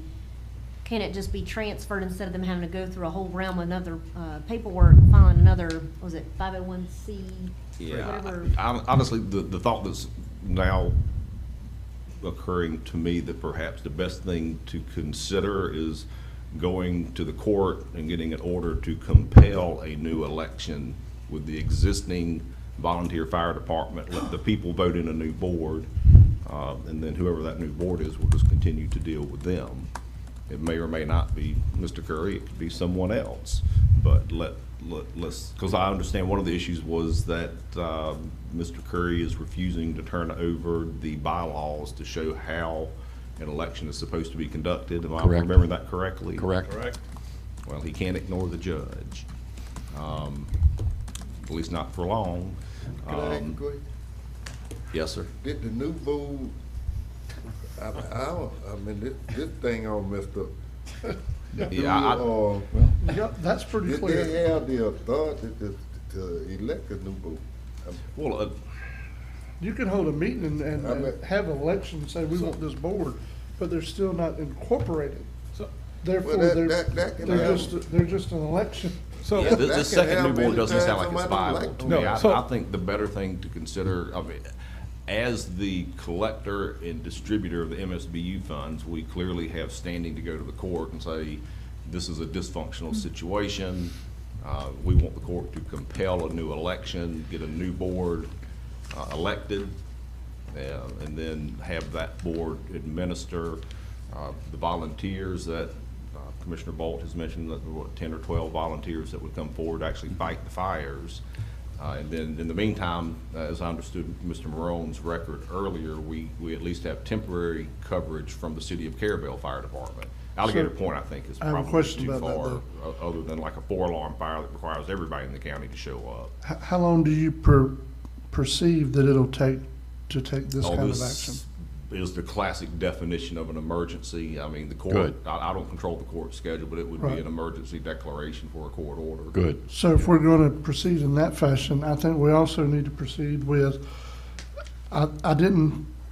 nothing was really asked a while ago, but I understood from what Mr. Morone was saying and what you were saying, Attorney Schuler, in the meantime, to do some kind of mutual aid agreement with the City of Carabel, you guys need to be authorized by this board to attend a meeting on our behalf To with the represent the city board, yes.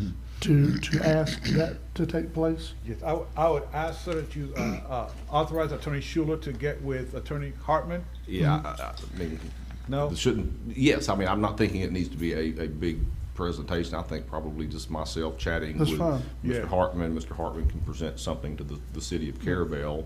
Yeah. But in the meantime, we don't need the mutual aid, because in order to have mutual aid, and you have to have the functioning fire department in Lanark that's requesting mutual aid. It doesn't sound like Lanark's doing anything. Yeah. So it would be essentially on a temporary basis requesting Carabel Volunteer Fire Department to respond. I mean, I'm not saying not call Lanark, because who knows, maybe they'll show up, they won't, but at least at the same time, call Carabel and get them moving so that those folks over in Lanark, St. James have some coverage from the nearest nearby volunteer fire department in Carabel. Well, that's the reason I was asking. I know this is a big target. I just want to make sure when we walk away from this discussion today that we've not missed out anything and we've taken appropriate actions to move forward to make sure if there's a call tomorrow in Lanark, potentially they should be Somebody okay. showing up. That's right. Somebody showing up. It's still messed up. Yeah, it is. It is. They can have 2 fires at the same time. Yep. Those are- I know. That's always a potential, sir. Yeah, I know. I mean, Yep. That's right. we all, I mean, East Point would have the same issue. We have one truck. That's when you have mutual aid. Right, and right. You call it the nearest fire department, they come in and help you, but Yes, I when you believe- got a board and ain't got but 3 members, So It ain't doing nothing. But you got a list of people that wanna be members, but can't do nothing because they're not incorporated, so we can't release. That's the reason you release these monies to these nonprofits, because they're bound by what they can and can't do. Sure. If they're not a nonprofit, we just can't go around and give everybody $100 and say, take care of yourself. It don't That's right. work that way. That's right. You know what, you understand what I'm saying? Exactly, you bet. You gotta have a nonprofit in order to receive these funds. Well, the best thing for them to do is just walk away and let that nonprofit have a new election, as the attorney said, select some new board members and recruit some new volunteers and go back to work. If they have to go through the process of starting up a new nonprofit, then that's a delayed nightmare. Them people in Lennox Village need to get their act together, because I'm gonna tell you what I'm hearing. You getting $89,000. That's what they're paying now. 59. 59, yeah. $59,000. Do they know they gonna be paying more than that for paid fire department? They gonna have to pay more than that for one firefighter. Way more. That's right. It ought to be some kind of way that community come together and help us solve this issue. Their next distribution too, just to clarify, it will occur at the next meeting. So that's gonna be their next quarterly distribution. If they know their pocket finna get hammered like that, they need to get their act. That's not happening now, Commissioner Ward. I'm gonna make a motion, and please, Attorney Schuler, if I need to amend it, direct me procedurally wise from a legal standpoint. Can we have a discussion before a motion? Sure, then? sure. I thought that's what we've been doing for 50 minutes There you here. go. But anyway. Okay, so can we halt the MSBU funds, or put a hold on the MSBU funds until we get, I don't want any more money personally going to Lanark when they're not responding and doing what they're supposed to do per MSBU fund. I'm sure there's the statute that states what it's supposed to be used for. So can we halt the funding from there? I don't know if we can funnel it to the other department. Carabel would probably be the one responding. Until we can come up with a permanent solution to proceed with this new board going through the emergence court, an emergent manner, to appoint this new board, and I guess to get their 501c or whatever nonprofit paperwork they need from the IRS to be able to receive these funds. You have, assuming that the board wants to move forward with suspending temporarily the MSBU funds to any district, in this case, Lanark St. James, for the reasons that have been on the record for some time now, you would have to adopt today or at some future meeting an ordinance. If the decision is to declare an emergency and adopt an ordinance today, then the board has the ability to declare an emergency circumstance in order to pay Carabel to provide the services, fire and rescue, to Lanark St. James temporarily, to declare that as an emergency, that the adoption of the ordinance on an emergency basis is necessary, the public welfare, safety, and health, and that we do not have time to go through the ordinary notice provisions to adopt an ordinance, which is publication in the newspaper and a 10-day waiting period. The board on occasion has adopted emergency ordinances. The only thing so that's the process. The emergency ordinance today or an ordinance adopted in due course in the future. But frankly, if it's an emergency, then it's an emergency and you don't need to wait. The only caveat I would add to that is it doesn't sound like Carabel's asked for any, Mr. Morrell, in your conversations with Mr. Chief Whaley, has he said that they need to have payment? Nope. To provide the temporary coverage? So it doesn't sound like that is an issue, but that's also a little bit separate and apart from your issue, Commissioner, which is, they're receiving funds but not providing a service. So to a certain extent, the board will need to just hash out whether you think there's an emergency that would justify the suspension of MSBU funds being paid to Lanark or St. James Lanark VFD. Commissioner Parris in the past has expressed concern about doing that because up until recently, at least Carabel or Lanark has been responding. We have one instance where they have not responded. I'm not aware of there being any second instance where they have not responded. So I have been told, but do not know, there may have been some medical circumstances concerning that non-response. Don't know if any of that's true or not, but maybe it is. So I don't know if there are necessarily enough facts to justify just cutting them off, they being St. James Lanark, from all their funding based on one incident. Certainly, Mr. Marone's actions in making sure there's temporary coverage is prudent as the board parses through this. The board has not yet, passed a motion authorizing me to go to court and seek an emergency injunction to compel a new election because of the circumstances that are going on over in Lanark, but sounds like that may be coming. But that would be the process by ordinance, because there's an ordinance that directs the payment of the MSBU funds, and the only way to unwind that, even on a temporary suspension basis, I think would be another ordinance. Okay, and I agree with what you just said. Hold on just a second, Commissioner. Go ahead. Yeah. I know the state have program like if you have trouble with your ambulance, do they have a firefighter program where they can send somebody to this get resolved? Commissioner, when Mr. Marone and I had a phone conference with some representatives from the State Fire Marshal's office, they made very clear to us they don't have volunteers and they don't have equipment. Basically, it's on the county. Yeah, I know they did, like an ambulance, if you get in trouble, they'll send some ambulance. They got a program like, we gotta do something. Commissioner Bolt. I don't know what. Go ahead, Commissioner Bolt. This non-responsive incident that happened 2 weeks ago is the catalyst that has brought up this conversation. It opens up the historical non-response administratively of this current Lanark Village Fire Department board. They don't respond to phone calls, they don't respond to emails, they don't respond to in person at all. So we have, I think, historical issues as well there. And so I say move forward with transferring some of those MSBU funds and making sure we have that mutual aid set up there with Carabel.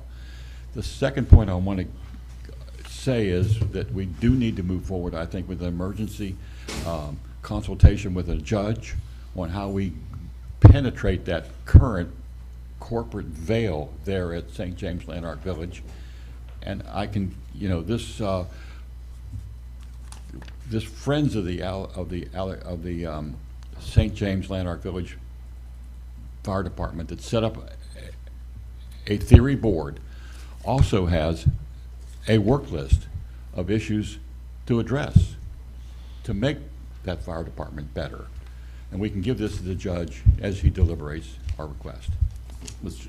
Chairman, Go ahead. if I could, the judge is not going to give us legal advice. He's either going to say, There you go. yeah, Yes or no. he's going to tell me, yes, I will order No. an injunction or an order authorizing the election. Because it sounds like an election was supposed to have occurred, but for whatever reason, it did not occur. So he's either going to order the election or not, and then the election will be held if he orders it, and then the result of the election will be held if he orders it. And then the results of the election will be dependent on what the people over in Lanark St. James vote on. But I think if the board's elected, it doesn't sound like there was an election that was conducted, and at least that's what I'm hearing. So it seems to me the thing to do is ask the judge to order the conduct of an election for the board of the Lanark St. James Fire Department. Would it be proper for us to summon that fire chief in front of us and come and have a special meeting? We ain't got to wait 2 more weeks. And ask him what is he gonna do? It sounds like. The computer's going crazy. Yeah, I was wondering what that noise. Yeah. The laptop is hungry. So. But what gets, Mr. Chairman? Yes. Is really and truly when we talking about getting Carabel to cover, and they will, but they probably don't want the responsibility of being so far away and somebody burning up over there, and then you give them some of the MSBU funds, which has been brought up 2 or 3 different times, and now the people in Lanark Village said, we paying you X amount of dollars, but you didn't respond in a timely fashion. You got to really think about what you're saying and what you want to do, because in reality it ain't gonna work. This is a major issue.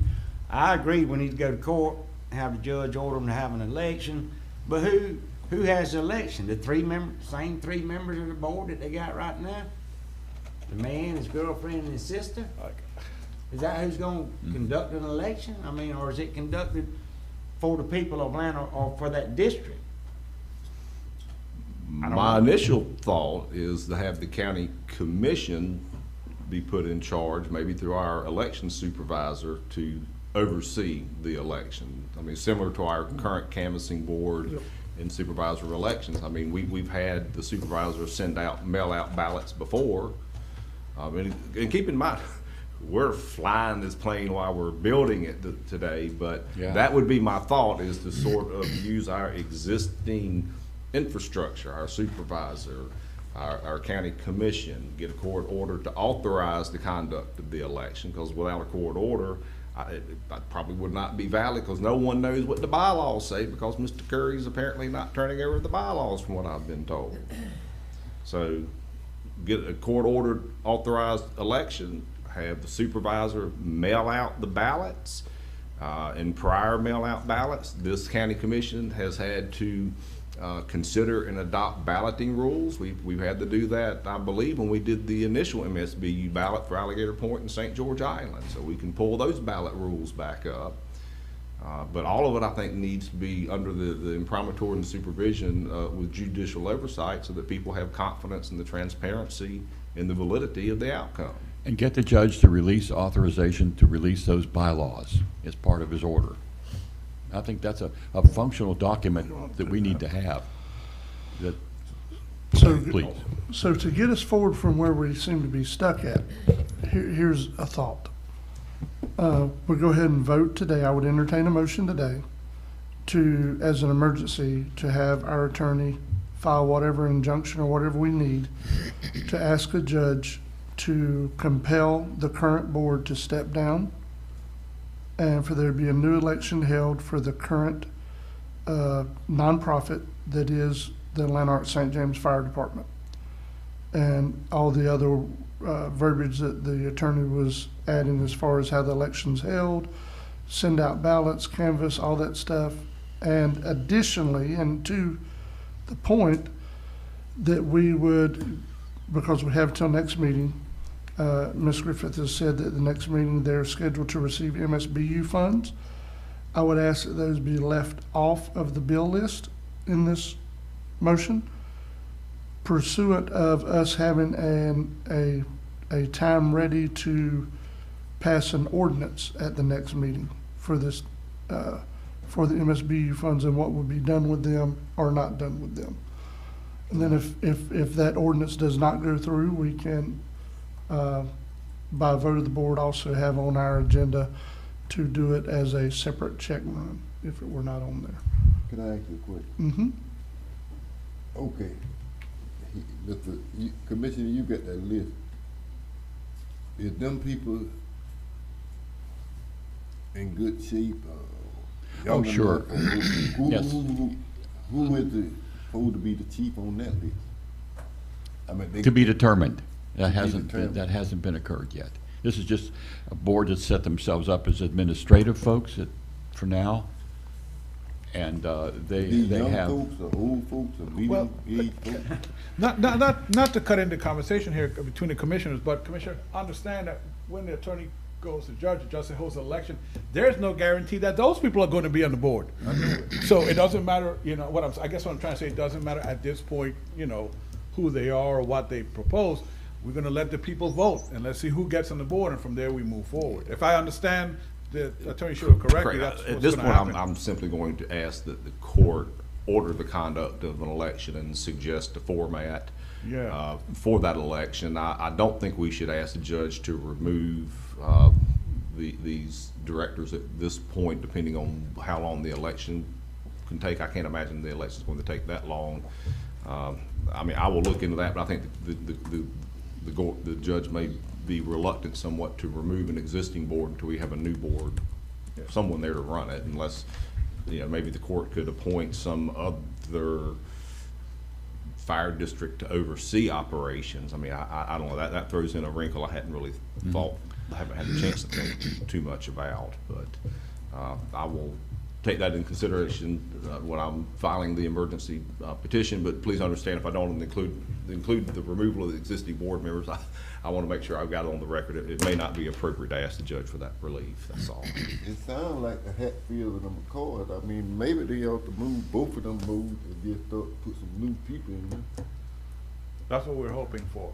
Yeah, So let the do we people know, decide. so do we know how we're ready to proceed, or we're gonna table it after this 2-hour discussion? No, we're going to proceed. Okay, so let's find out how we're gonna proceed. That's what I'm trying to figure out.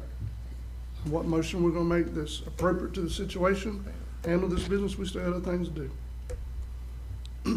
I defer to the motion that you made, Mr. Chairman. Your thoughts on that motion, I think, were well organized, and I defer to that to be the primary motion. Okay. So that would be to ask Attorney Schuler, or to permit Attorney Schuler to go ahead and file this emergency court order to try to hold an election for a new board for the Lanark St. James Fire Department, and to put on our next agenda a proposed ordinance on what we're going to do with the MSBU funds for the Lanark St. James Fire Department in the meantime until this election is held. That was what I was saying a while ago. So is I would that so the motion move. you want? Okay. All right. We have a motion to approve. Do we have a second? I'll second. All right. We have a second. The motion was by Commissioner Bolt, seconded by Commissioner Ward. Commissioner Lockley, yes, sir? One more question, and I'll be through with it. Yes, sir. Do they get anybody in Leonard the authority to go out, to be on the board or be a firefighter? Anybody, I mean, just not this here board what they done handpicked, not this board what was over here, what they feuding against each other. You just get the authority to somebody in the middle to say, I wanna be on the board. Yeah, I Yes. think I it mean, would. this ain't automatic Mm-mm, between no. them two, right? Yes. No, I'm No. hoping the process is people Yeah, everybody gets- nominate themselves that they want to be on the board, and Yeah, then the yeah. general public of that fire district gets to vote for the nominees, and then from there we pick a board. I'm hoping that's Okay. the process. All right, yeah. That's Mr. fine. Chairman, Yes. is there, Ms. Schuler, is there a way of having the judge invoke an injunction to keep them from misspending what's in the bank account of this nonprofit? Let me think on that. Well, I mean, if you see you going out and there's $100,000 in this account, I mean, we need an injunction in place to stop that from happening. If we had an injunction on that, this money could still go into there, but they can't spend it. You understand what I'm saying? I'm fine with that too. Yeah, I am But there too. needs to be That's an a good- injunction in place to stop them from spending any, until such election is conducted and we got a new way of thinking, a new way of going, because That's very creative, if it's legal. I don't know, I'm asking the attorney. Let me But think that's on not how that part of the might motion. work. That's not part of the motion, so. No, it's not. What I'm That's thinking why I'm is asking may, before we vote. because, you know, in theory, at least, you're still supposed to have fire services ongoing between now and whatever election may occur. Said in theory, and there would be, in theory, expenses that were incurred, but maybe Right. ask the judge to have some kind of a second signature or review. Let me just try and think through that one. But, Okay. but how do you include that in this motion that's being made by the board, if you need time to think? You know what I'm saying, that's my Can we only just problem is. table, no disrespect, Commissioner Bolt, with your motion, but can we just table it until you find more information and then maybe address it at the next meeting? No, we need, this is a crisis. We need to press on. I think that if you were to authorize me to request that, if I thought it was an appropriate measure of relief, then that could be included in the petition. I'm just, You have the I'm thinking discretion. that, assuming in theory that there's services going on, there may be expenses that need to be paid, but I also seem to have a memory from a prior report from Commissioner Bolt that they've got tens of thousands of dollars in the bank already. Yeah. That have not The been last used. report we got said they had $100,000. Yeah. I guess That's that about was the right. January And report some you were change. talking about? So it Yeah. doesn't sound like they're scraping the bottom of the barrel either. No. No. Yeah, but the issue I think is gonna become, though, there are gonna be expenses incurred if they respond to any events or emergencies I mean, that's just the nature of I think so the too. way things are. So if you cut it off, it's cut off, Yeah. is the problem. And then, As bad as it is, it's just a bad situation is what I'm saying. very dysfunctional. Yeah, very much so. That's my comment. Yeah, move on. That's fine. Do we need to also, I just want to make sure we're covering all the bases here. Does there also need to be something into motion to ask, for you to be able to formally ask Attorney Hartman of the City of Carabel for a mutual aid agreement or something with the county until we can have such election? Maybe as a second motion, let's deal with this Okay. motion first. Okay, that's fine. All right. So did we have a motion and a second? Yes. Yes. We did. Okay. Any more discussion? That's What good. happened if Carabel don't said no, they ain't gonna. I don't think that'll be a problem. Okay. That's what started us down this road, was the communication that Mr. Morone had with Chief Whaley. All in favor? Aye. Aye. All opposed? That's unanimous. And now you said the other one need to be a separate motion, Just directed me to confer. so it doesn't need to be a motion at all? Just direct. I think I've got clear direction from the board. You ought to have clear direction by now. Yeah, I've got clear direction on that now. In Okay. terms of any actual agreement, I would have to bring that back to the board for Right. consideration and action, but. Right, okay, Okay, this may be just sort of a fluff idea, but I want to give this to that's fine. our Coordinator Morone, because this is some of the background paperwork that they attempted to set up an alternative board with some of their task lists that are there. Maybe that's something you can offer to the judge to just, read. Thank you. All right. Thank you Mr. very Morone? much for working on this. Next item, sir. Really? Okay. Item B, believe it or not, we're just there. Mr. Charles B. Elliott, he's your county's Veteran Services Officer, stated in a discussion with Commissioner Lockley, the subject of changing his retirement status to senior management was brought up. A change to Mr. Elliott's status would increase that department's budget and require advertising. Therefore, I recommend adding this item to this year's upcoming budget agenda for consideration. What kind of advertising would it require? Ma'am, what kind of advertising to change Mr. Elliott's status to senior Oh, management? it's actually an advertisement we'd have to put in the local newspaper, actually stating what position we're transitioning. It's a strange formality, but that is required by the Division of Retirement. Well, I'll make a motion, we do that, because if y'all gonna realize the veteran status, that veteran put in a lot of money in the county. I'm talking about in the millions, or like about $13 million. You got somebody helping the veteran, but you got a lot of veterans that are not getting what they're supposed to get. Is this a county position? Yes, He's a he is. county It is. employee? It is. Okay, It's a one-man department, basically, Okay. sir. Mr. Chairman, yes. is there a limit to the number of senior management Yes. employees that we can have, and where we There at are, right now there as we is a speak? limit, and actually that would be something that I would like to come back to the board with, because it will take me just a little bit to figure that out. Yeah. so.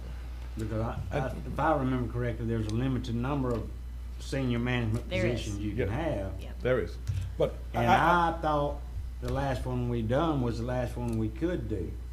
And I won't bring no names or nothing, but I don't know. Things change, statutes change. I believe we were getting close to the I maximum. know we were, for what I'm understanding. And today, I'm just asking the board to allow this to be discussed at budget time. Okay. That's all I'm asking. Oh, okay. I'm not asking to approve it today, just. So she has time to do Yes, sir. research and all that, because Yes, sir. the last one that we done was several years ago. But I thought then that was, they were very hesitant about doing it at that time because we were so close to The limit. closing that up. And nobody else was entitled to get into it. So anyway, I'm good with that. We're gonna address it at another time. Commissioner Lockley, did you make a motion to approve that? I did. Okay, we have a motion to approve by Commissioner Lockley. Do we have a second? Second. Second by Commissioner Bolt. Any discussion? Is that approved, is the motion to address it at budget time? Yes. Okay. All in favor? Aye. Aye. All opposed?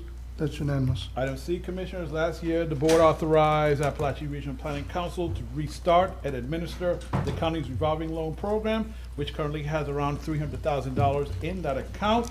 What I need today from the board is authorization for Attorney Schuler to create an interlocal agreement with ARPC that will allow the administration of the program and authorize the transfer of the funds. That we did not do, and that's probably on me because we were doing so many things with that. It was we started the program and they were going to use the money for a grant, so we just need an interlocal so we can authorize them to start the program and have them to transfer the funds. So move. We have a motion by Commissioner Ward. Second. For approval. We have a second by Commissioner Parrish and Commissioner Bolt. Do we have any discussion? Yes, is this program that we're now, has been shut down for 10, 12, maybe more years longer? It's gonna have specific protocol and procedures that must be followed. Yes, sir. If you borrow money out of this loan, you're gonna have to pay it back. Yep. And you can't sit here and say, well, the bay's closed. You're gonna have to pay this money back in order for the program to continue. To keep putting money back into the program. Back or the next person can get some, yes, sir. Yes, I mean, I don't know, there's nothing in here about all that, but. Yes. Yes. That is what we discussed when we approved it, though. And the Regional Planning Council is also going to use this 300,000. There's going to keep a dedicated amount for leverage more money for the program. I remember that Yes. part. Question, and I apologize, I was out of the room for part of the conversation. Are these the funds from the revolving loan from, you said, Yes. like 20 years ago in the county and the ARPC sort of? Yep. Yeah. Well, all right, on the record, the problem with repayment then, and it'll be the problem with repayment now, is if you don't have adequate collateral, there's really no way to enforce repayment. I mean, you can go to court, so you know, to a certain extent, I'm providing a little cover for the attorney in the interlocal, because if I require meaningful, adequate collateral, it may impede people's ability to qualify for the revolving loan. And that was what the problem you ran into, as I recall before. The collateral was oyster boats and other things that disappeared and couldn't be found, and people were not paying, and there was no meaningful method of enforcement. And then the county and the ARPC got into this, who's responsible for collection and enforcement and things of that nature. So, I mean, I can create an enforceable repayment and collateral system, but it may not necessarily serve the purposes of the program. I'll need to talk to Mr. Marone and get a better idea of what the revolving loan is going to be used for. I mean, if there's personal property, like tangible personal property that moves around, then you're not going to be able to find it in any meaningful fashion. Again, that's sort of what happened last time. If you got real estate, well, that's easy enough. But again, that may not work for the program. But so the current program, I can tell you, as the vice chair on their board, has adequate, appropriate collateral. Okay, cool. And the program has about $1 million total in it before this 300,000. And over the last 7 years, so before I was on the board, since Mr. Rito's been there, the ARPC has lended approximately 1.8 million in the region. Cool. So they've received back 800,000, and you know what I mean? So they should already have a interlocal agreement. They do. Probably do. They do. Good news. Yes, sir. They can have all they want. Them people, they ain't gonna pay. Don't say that, Commissioner Lockley. They ain't paid them the last time. Ain't gonna pay them. Yeah, what it is, go check the book. All right, so do we have a motion to approve this yet? So moved. All right. Motion to approve by Commissioner Parrish. Second. Second by Commissioner Bolt. Any discussion? All in favor? Aye. All opposed? That's unanimous. Commissioners, currently there is an open at-large seat on the Weems Board of Directors, and Commissioner Parrish would like to nominate Mr. William Bill Zester. Mr. Zester's resume speaks to extensive professional experience in insurance and related fields. Both David Walker, the CEO, and Weems CEO, and Jim Coleman Jr., Alliance CEO, have reviewed Mr. Zester's resume and recommend his appointment to the Weems Board of Directors. Motion by Commissioner Lockley to approve. Second. Second by Commissioner Parrish. Any discussion, Commissioners? There was a large, I believe Duffy was at large. He is now the chairman. He resides in he resides in Chairman Jones's district, so that's how that large position got open, I Correct, believe. and he's in my district. Stuff he is? Yeah. Just, No. just clarification for the record. Thank you. You're welcome. What's the next meeting? I thought so, but I wasn't sure. Yes. What's the next meeting, hospital board meeting? The next hospital board meeting, Commissioner It's Bolt gonna be attends the every one. last It's Thursday of every in month. April. I will send you 9 the o'clock. invite when I get it, Commissioner. Yeah, I'm going to the next one. All right, all in favor? Aye. All opposed? That's unanimous. Item E, Commissioners, recently I was contacted by the owner of 682 Ridge Road about damage to her property because of the East Point fire. Yes, the East Point fire. Apparently, before the fire, she had a power pole on her property that provided electricity to a travel trailer when it was on the property. But the power pole was destroyed during the fire. I discussed this matter with Ms. Brunel, and I meant to bring this up this morning. I apologize. And Ms. Daniels, both of the EOC. And they remember meeting the owner and discussing the damage. Since the fire, the owner has been living in Orlando and never filed a claim or requested a replacement power pole until last week. Jen, thank you so much for turning on your camera, because I'm going to ask you to unmute and just speak after me. Let the board know what the history with this too. Thank you, Jen. Since there is a balance in the donated funds account, Ms. Burnell, Ms. Daniels, and I recommend replacing the power pole. The billing official thinks that the installation and connections to a mobile home could be done for less than $1,000. What I haven't said is that she's planning to sell the property to her son, and her son is going to buy a mobile home and live on the lot. And there is money in the donated funds to do this. Jen, if you want to chime in now, you may. Tell him what you know. After speaking to Ms. Carlson, she stated that they did have a power pole on the lot at the time of the fire that did burn up in the fire. Pam and I both remember going down the road and we saw her there, and we handed her a packet of paperwork and asked her to please call in and report her damages. She did not at the time. She said due to her attorney's advice. I have no explanation there for you. That was just what she told me. The power that was on the property was originally in her father's name, David Shiver. She said she has been attempting to contact someone since the East Point fire. We've not spoken to her at any point other than when we handed her the paperwork on the road.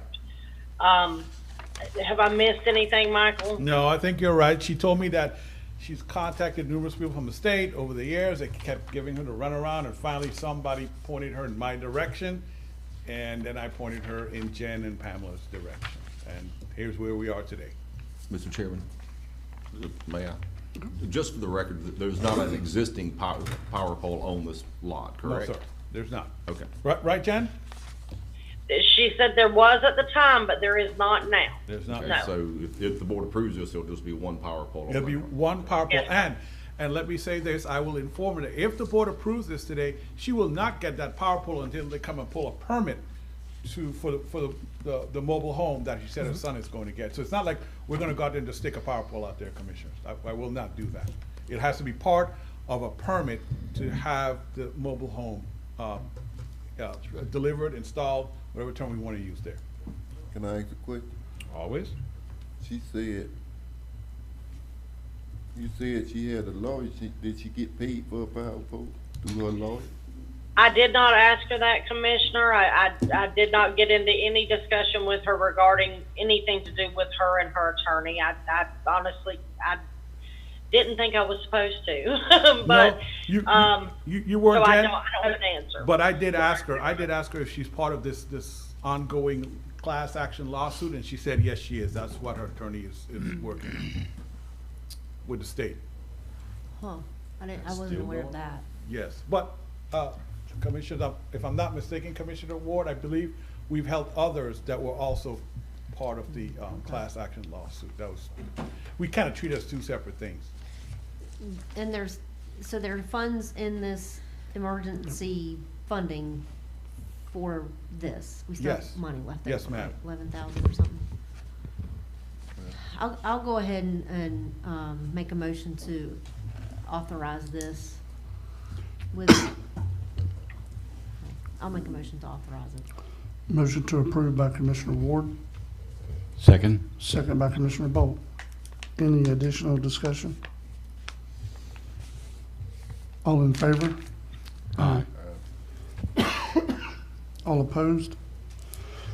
That's unanimous. Item F, as staff, and by staff I mean Mrs. Griffith, was preparing to send invoices to the city of, I'm sorry, thank you, Jennifer, thank you so much.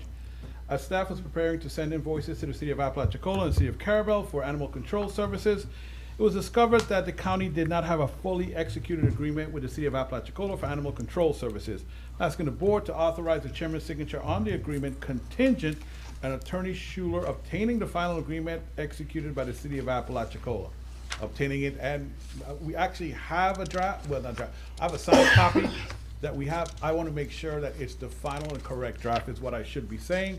So basically, that's what I'm asking the board to authorize. Is they paying?